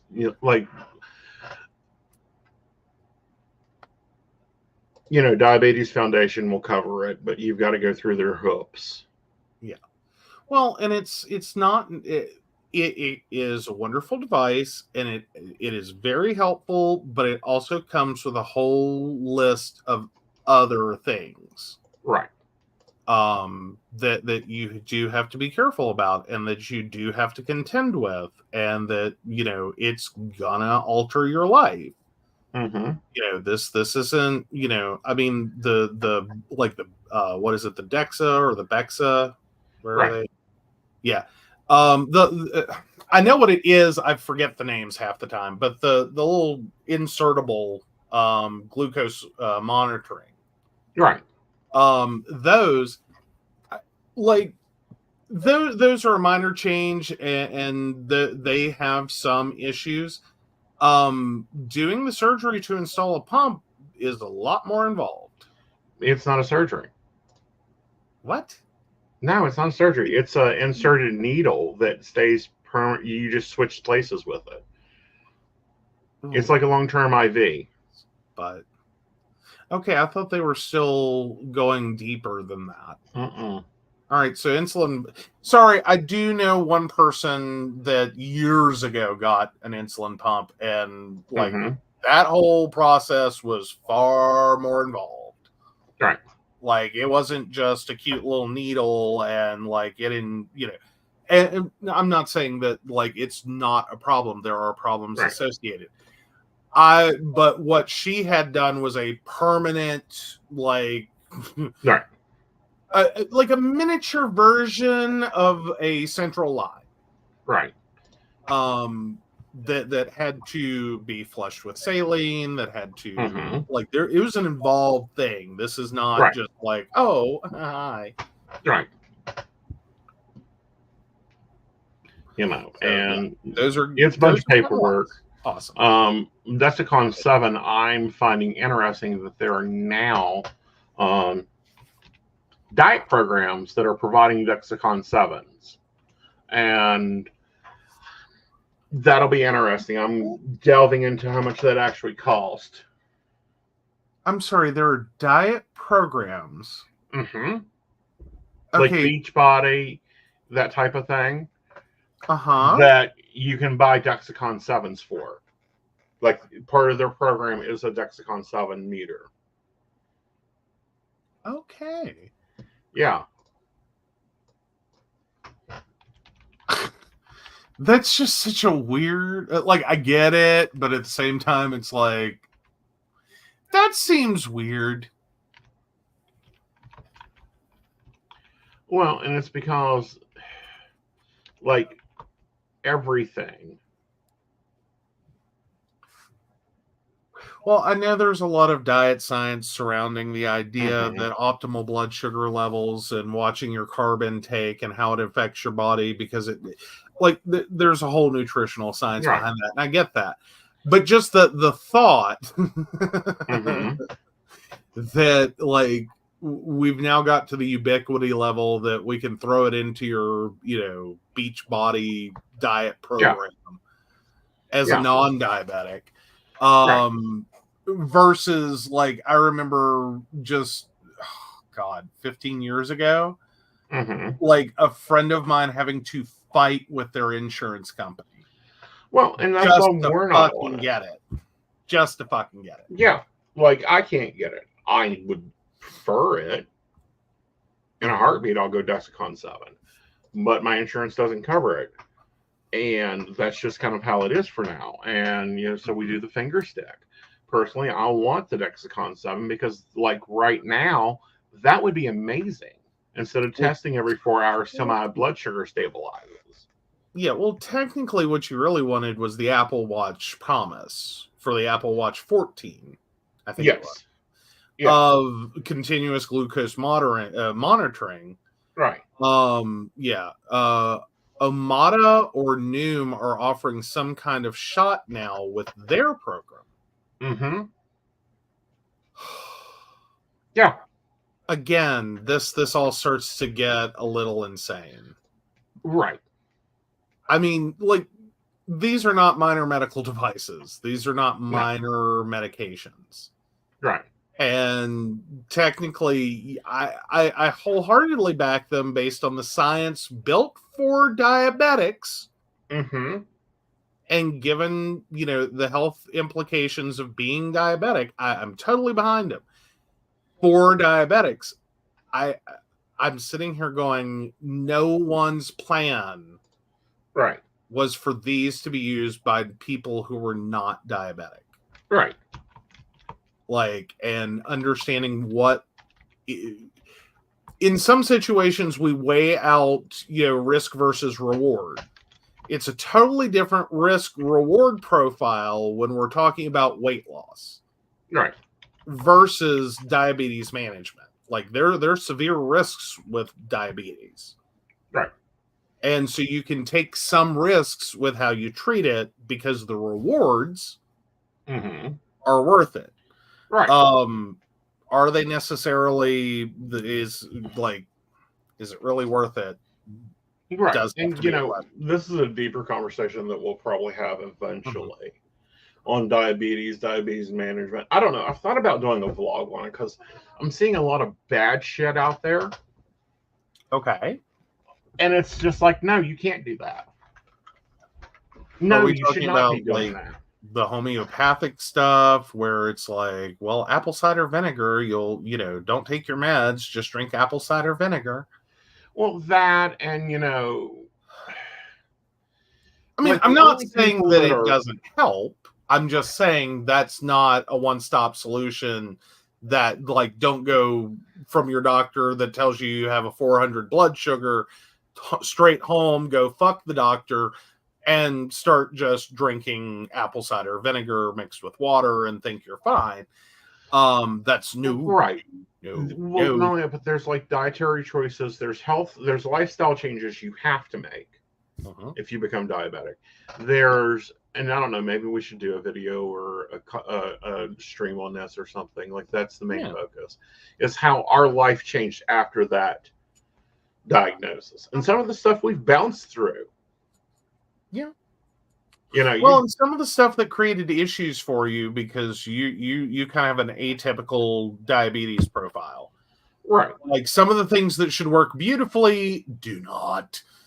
Well, and like the low carb diet. It's a very lovely diet to live on to lose weight. However, you get too low carb and your diabetes medicine stops working. Because it's like, what would you like me to do today? Yeah. Like, it does create issues because you don't have the triggers because that's probably worth an entire show. Right, because from what I see from my YouTube, nobody's talking about the decisions that change and the effects of diabetes and the lifestyle. People play diabetes like, oh, it's no big deal. And it's like, no, it's a very big deal. You have to find your food triggers. You have to understand when your body needs sugar and when it doesn't. You have to be active. You can't get lazy or you get in trouble quickly. No one talks about the kidney effect. Yeah. Like, I mean, has it gotten better? Fuck yes. Yeah. Like, in the last 40 years, has it gotten better? Oh, hell yeah. Yeah. Is it nothing? No. It's sort of like we have this concept that, like, HIV isn't a big deal anymore. Right. Because, well, there's treatment and there's PrEP and there's, post-exposure prophylaxis, PEP. Mm-hmm. Because I always try to draw the line between the two. Right. It's better. People are living longer. Most likely, if you get HIV now, it is not a death sentence. You will die of something normal. Right. It does create some health issues. Right. Medications are not good for your body. It's, Right. all medication is fundamentally a poison used correctly. Right. It does damage. It does damage. Right. It's going to change your life. That other thing you may die of may be liver disease caused by the medication. Right. Now, granted, that's not an immediate thing. That's extended out a good bit. Like, you went from a 10-year window to like a good solid, you might just die of getting hit by a bus. You may die peacefully in your sleep at 95. We don't know. Right. But you're gonna have some liver issues. You're gonna be wanting some nice medication research on, being done, some research and development to help you as you age. Right. Is it better? Yes, it's infinitely better. It's not a cure. It is not perfect. It's still a medical condition. It still creates problems. Right. So, but no, it's not. And granted, diabetes at one point was a death sentence too. Yeah. Like juvenile diabetes, good luck making it to adulthood. Once upon a time. Adult diabetes, good luck making it 20 years. Without insulin, yeah. Good luck. Good luck. Right. That was all we had. You're gonna have so many fucking health problems due to unmanaged diabetes because we didn't have something for that.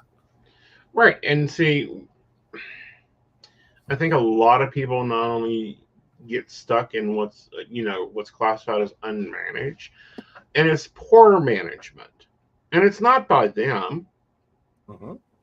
It's by all this stupid shit that's out there, like drinking okra water, or apple cider vinegar, or I think my favorite one so far is it's only 4 grams of sugar. Well, and then we have the whole problem of diet foods and the fact that some of the chemicals that we use as an artificial sweetener are actually worse for the body and horrible for diabetics and create a host of problems again, it's a whole show. Right. And here's an example. We ran out of half and half, 2 days ago? I'm currently not allowed to drive. So it wasn't a big deal. It's like, yeah, we've got creamer here. Powdered creamer. No one thinks powdered creamer does shit because it's just powdered milk. No, that shit's loaded in goddamn sugar alcohol. It is non-dairy creamer. There is no milk. Right. It is all chemical. Right. It looks like it is a dairy product when you mix it into coffee. It is not milk. Right. There is no cow involved. Right. But, the whole thing is, and it's like when we go to a restaurant, he gives me shit because I'm very picky about what I order. I'm very picky about how it's prepared, but it's because there's so many hidden sugar shit in it. Yeah. Well, and sometimes it's not necessarily that you're being picky and discriminating. It's that sometimes I do think you might go a little too far. I see sometimes you slipping back into that low carb diet, and it's like, honey, pump the brakes. Right. Don't do it. Right. But it's mitigating, going, no, my sugar was 135 this morning. I can't have McDonald's French fries, even a small order of McDonald's French fries, because not only am I looking at the 36 carbs in the French fries, but I'm also looking at the 150 sugars they use to coat those fries in. Yeah. Well, but more to the point, is the fact that McDonald's isn't an option. Right. Because, okay, you're going to avoid the French fries at McDonald's. Let me tell you, that means he's going to smack that pie button every time. Yeah. You can't stop him from smacking that pie button. If he is not getting French fries, he is getting a pie. Right, because I can train the sugars off. And it's a whole game. It is. But it's one of those moments, if your blood sugars are running high, it's probably not a safe idea to take you to McDonald's. No. You know, at McDonald's right now, with my sugar being where it's at, I want a grill. Sniff. You cannot sniff a McDonald's right now. Well, no, I tell you exactly what I want. I want a Big Mac salad. Mm-hmm. You know, just a Big Mac salad, extra onions. Mm-hmm. Mm-hmm. Or I can get a salad kit and some frozen hamburgers that are made with real meat. Right. And you can have your Big Mac salad. Yes, but the point being there is you have to make choices and options. Mm-hmm. You know, and if our choice is McDonald's, then this is my choice and option right now. But all right, let's find out if you're an asshole. I think for that comment about McDonald's, you already think I am. Right. All right. Am I the asshole for telling my father's daughter's foster parents they can't force me and my siblings to play pretend? My father's daughter, age 4, went into foster care in July-August after my father and her mother, my aunt, died. I, 18 male, along with my siblings, 20 female, 22 male, and 23 female, did not have a relationship with either of them after we learned they started an affair while our mom was undergoing cancer treatment. She discovered the betrayal halfway through her treatment, and she filed for divorce while she was going through so much. She also disowned her sister and told her she never wanted to see or hear from her again. None of us met their daughter, but when our father and aunt passed away this past summer, we were contacted twice. Once to inform us of the death that happened in another state, and a second time to hear their child was in foster care and questioning if any of the family would take her. We all said no. None of us wanted to establish contact or a relationship with her. Early December, my oldest sister and I both got messages on Facebook from someone claiming to be fostering our father's daughter. She said she and her husband wanted to try and facilitate contact between her and her biological relatives, but that they also wanted her to hear stories about her parents. My sister responded, and I ignored the message. All she said was thanks for thinking of us, but we weren't interested, and we had no contact with our father or aunt prior to death due to a difficult family situation, and she would appreciate if they could respect that and leave us alone. She was polite in her rejection, but was also clear. She got 3 more messages until she blocked them. Then I got 2. Our other 2 siblings don't have social media, so we're harder to reach, but the last one I got basically said we were all monsters and we could, at the very least, look beyond a difficult family dynamic and give their child some nice stories and memories and feelings about the parents she won't remember. That she's innocent and deserves that connection. I was tired of the pushy nature of the messages at that point, and I responded that they can't force me and my siblings to play pretend and act like we have a good thing to say about either parent, and would they really want her to grow up hearing how much her parents are despised. She responded back that I did not have to be so rude and did not have to take this out on her. She said they were trying to look out for their foster daughter like they do for all their foster kids. Am I the asshole? This is tough.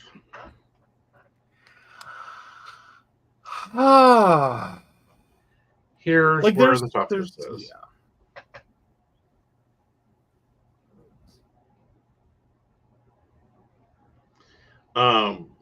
No, I don't. Well, and actually, when he comes home, I can't smell the Burger King fries on him.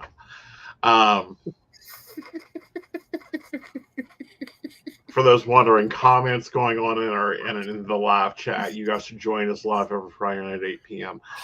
Anyhow, It's worth it. Here's the thing. That child doesn't know these people. They most likely aren't going to know their parents, anything about their parents.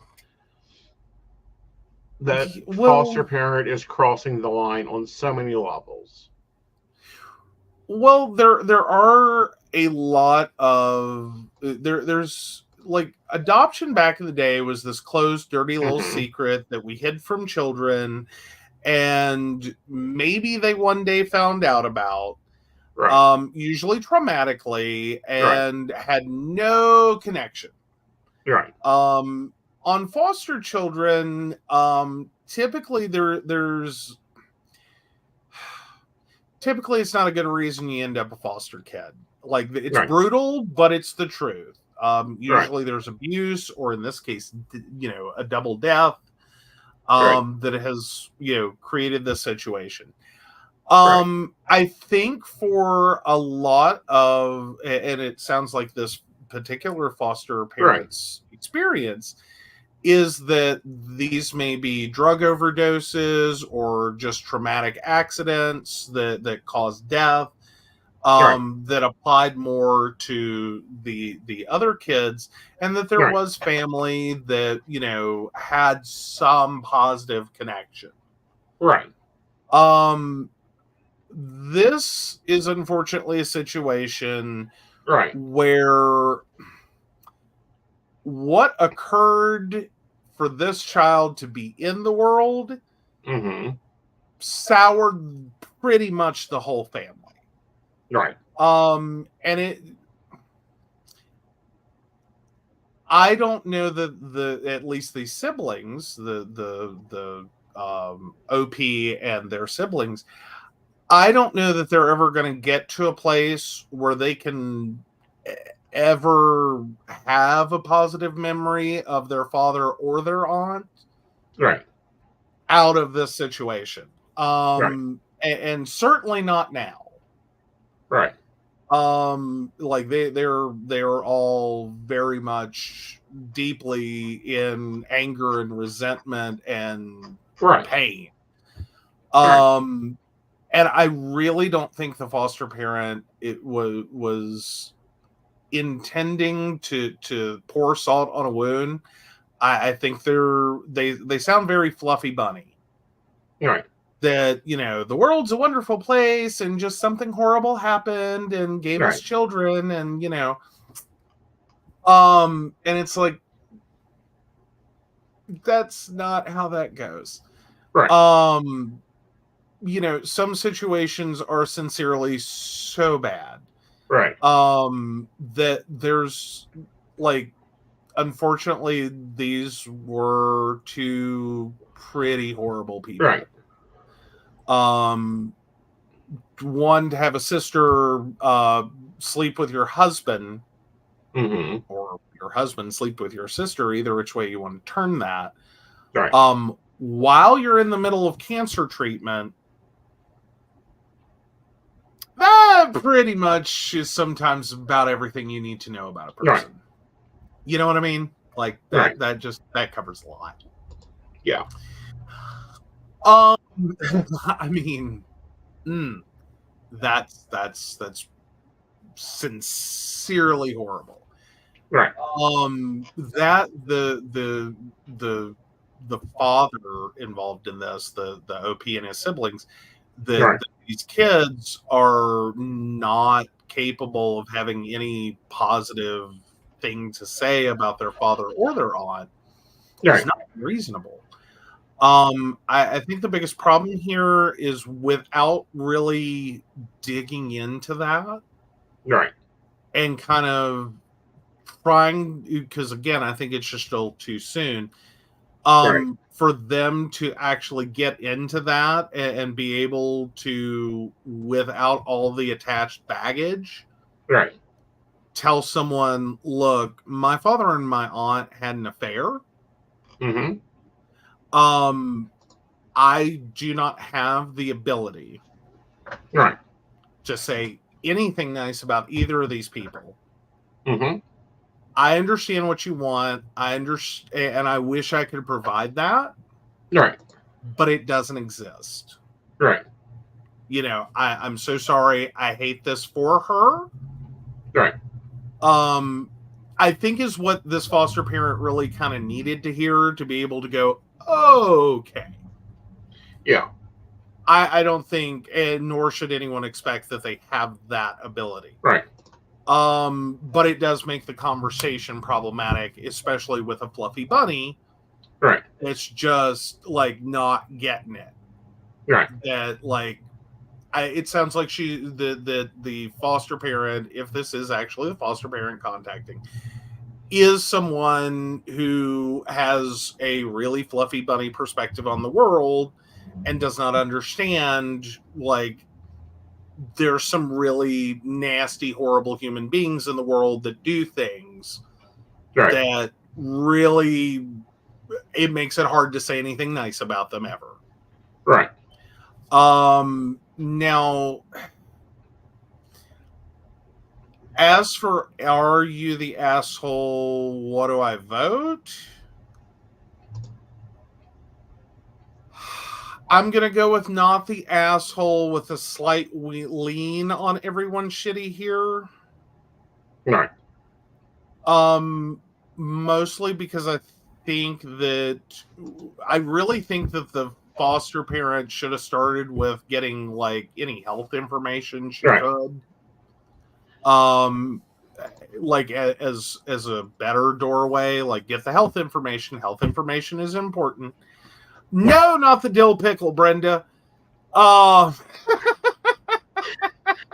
I think I am going to go dill pickle in this because I can't go everyone's shitty here because the 4-year-old ain't shitty.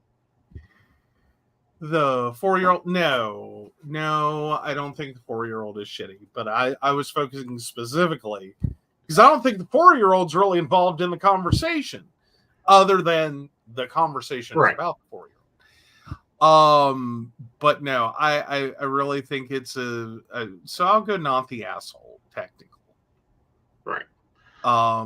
But looking deeper into this, because I always check the OP's comments, and they basically have erased these two from their lives before death. Mm-hmm. So there's nothing that they can do to help them. Your dad slept with your aunt while your mother's going through chemo. Right. I'm kind of, yep. Yeah.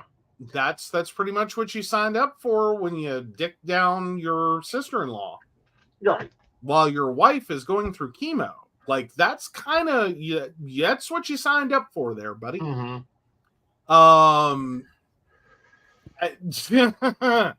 Yeah. I don't know that, like, I cannot call that a bad reaction to the situation. Like, nope. Right. That's got a Joe rubber stamp of approval right on it. Mm-hmm. I don't have any problem with that. Like, nope, mm-hmm. you killed your relationship with your children the minute that started. Exactly. All right, so let's go over to polyamorous advice, and the poll is up on Aeson Knight's YouTube if you want to go vote. It's real easy to get over there. Absolutely. So moving right along, we have polyamory. Partner drastically change their preferences after a time and feels like they are keeping me at arm's length. So my partner, NB mask female to male, mm-hmm. and myself NB female male to female. Mm-hmm. Well, feminine male to female, have been together for over 2 years now. We came into this both being poly and both in relationships, not great ones, and I fell for them harder than I've ever fell for anyone, and I've had a lot of partners. We stopped seeing our respective partners about 9 to 10 months in, one being just a bad human and the other being an abuser. That's a whole other story.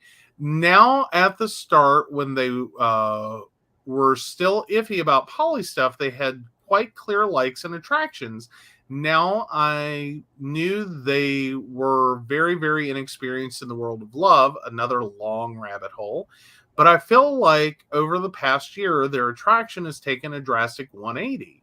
For some info, without TMI, I used to be pan as they come, but after some not so great experiences with men, older men, can of worms, and they very feminine siding.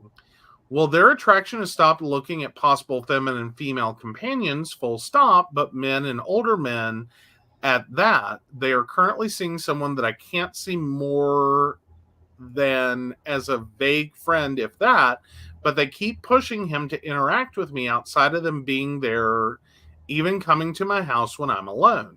They also have been confiding in their friend and this new person, but not me. I've seen a lot of messages about me when they ask me to check the time, who called, and that. I'm not in a state at all to put my foot down because last time I did that, it was just a drain on my energy. I also really don't like to admit it, but I'm not very nice or attractive. So someone being attracted to me is a miracle. LOL.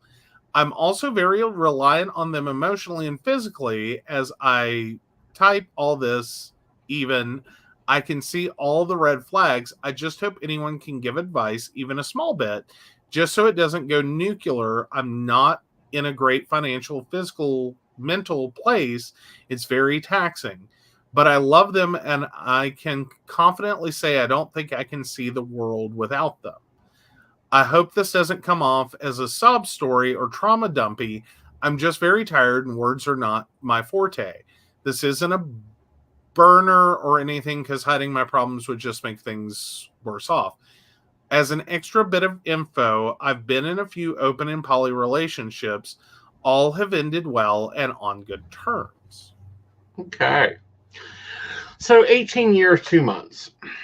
I mean, 18 months, 2 years is normally when EMF runs thin. And that's when it was like, no, it's time. If we're going to keep this, we got to do the real relationship work. So, in my opinion, you gotta look at it that way. I don't think they're keeping you at arm's length. I think they went from one EMF to another EMF, and they're now dealing with that. Okay. So NRE? Yeah. You mean? Yeah. Okay. So yeah, I can definitely see there was an NRE jump. In which they basically got with someone they didn't really know very well. Mm-hmm. That doesn't seem like they really know what they're looking for. Right. But what they're currently looking at is someone that OP is not wanting to be around. Right. And that's one set of issues. Second set of issues is sounds like a lot of body dysmorphia and low self-esteem. Right. I mean, that's kind of a lot. As well as just being tired of leaving relationships. Right. As well as it sounds like a lot of codependency. There's a lot of codependency. There's a lot of emotional dependency. There's a lot of, some very troubling EMF. I think the partner's wanting tabletop or table poly, and they're not. Table poly. Yeah. Yeah. Not. Well, like, I don't even know they're poly. Yeah. Like I don't even know that OP is 100% poly here. Right. Like I'm like OP actually says can of worms on, older men. I'm going, this relationship is a can of worms. Right. I mean, I'm not trying to diss y'all. I'm really not. I'm just sitting here trying to stack, like this is a stack of things. That would generally say I don't think this is going to work out. Well, I think like y'all are going to have to do a lot of work. Y'all are going to have to do a lot of work. It sounds to me like they've been doing poly on the fringe, meaning that they're not really investing in it. They're not really looking at educating themselves. They're just waving it like another Post-it note on the front shirt. Well, yeah, some of it's that. One, I mean, like, if nothing else, trying to transition plus be poly plus like relationship hopping plus like what sounds like a fair slate of mental health issues plus being codependent and financially, physically, mental,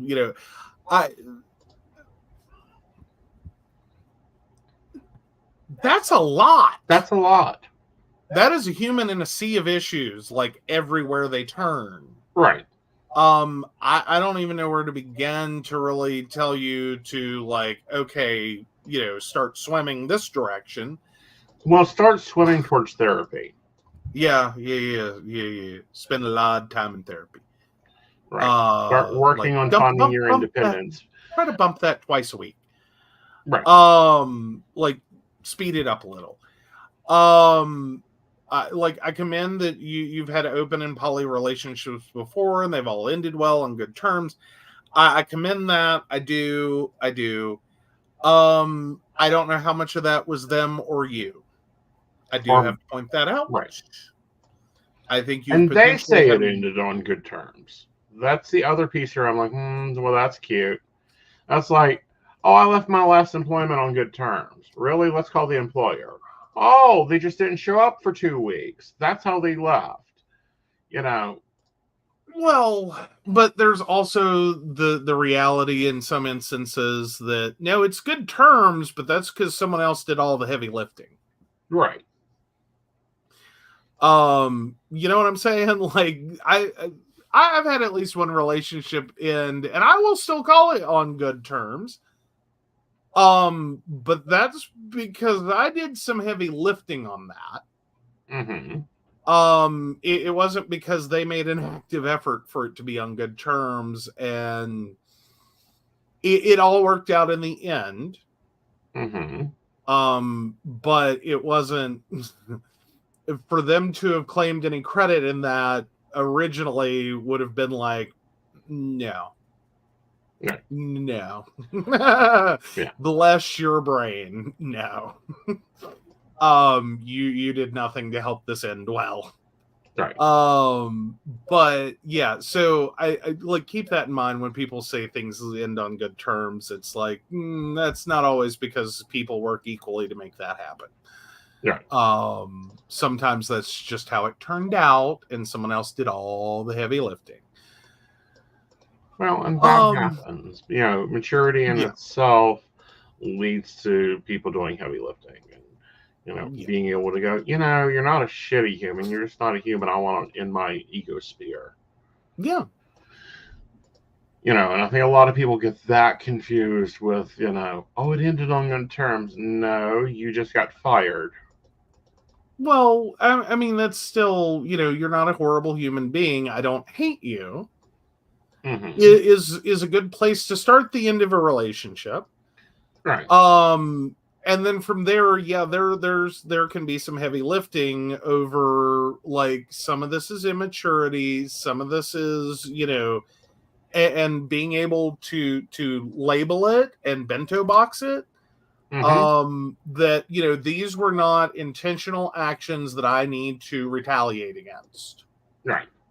And that can be the heavy lifting part is like, they're over here acting like an immature fool. Right. And that's all it is. Right. And you're sitting here going, they're acting like an immature fool. I'm not engaging this. I'm not even. It is not worth it. It is just crap. I love that.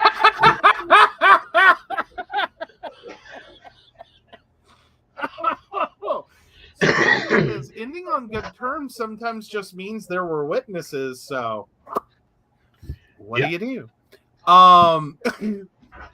That is not ending on good terms, Brenda. Yes, it is. Yes, it is. I love the comment, though. It's great. I love that. Yes, Brenda's doing some great ones tonight. Oh, she keeps going. She'll end up a co-host. She's already a barista and, one of my leads. So. We'll upgrade her. Her. Yeah. Well, who knows? We got new scheduling and shit going on already. I know, right? All right. Alrighty. So where are we at with, or are we good on polyamory? We covered this one. Head to therapy. Head to therapy. Please head to therapy. All right. So, like we were split, so is our voters. Ooh. 50% to everyone is shitty, and 50% to eat a dill pickle. Eat a dill pickle. Oh, we should never have added that option. We're going to see that on so many of these. Good. It was barista because everyone sees the three. I like having our own options. Personally. It's true. Fair enough. You just can't get over her comment, can you? I'm there.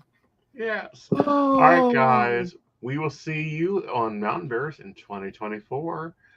Now, tomorrow is Psychic Saturday. It is also gallery readings. Baristas, remember, I'll see you at 6 o'clock for your yearly gallery reading. If you want to get a ticket for a gallery reading, you can do so by going to the Facebook event on it. Yes. Or over to appointments to book it. It is $24. Of course, it is 24 for 24. Also, there's still time to get your transit report for 2024, so you can have your personal horoscope for the year of 2024. Mm-hmm. So with that, Joe, you take it over and talk about our baristas. They're amazing. All right. Yes, they are. So, of course, we want to thank Beverly Walker, Mika G, Kathy, Mary Winfield, Brenda, Shannon C, Shannon D, Lady Gwendolyn, Charles Shaw, Tracy Van, Caitlin Bell, and Devin. If you'd like to learn more about the show or us and how you too can become a Patreon sponsor and receive all the wonderful benefits our baristas receive, please visit us at pcsbnetwork.com. And with that, guys, we'll see you tomorrow night with the energy overviews. Good night, y'all. Good night.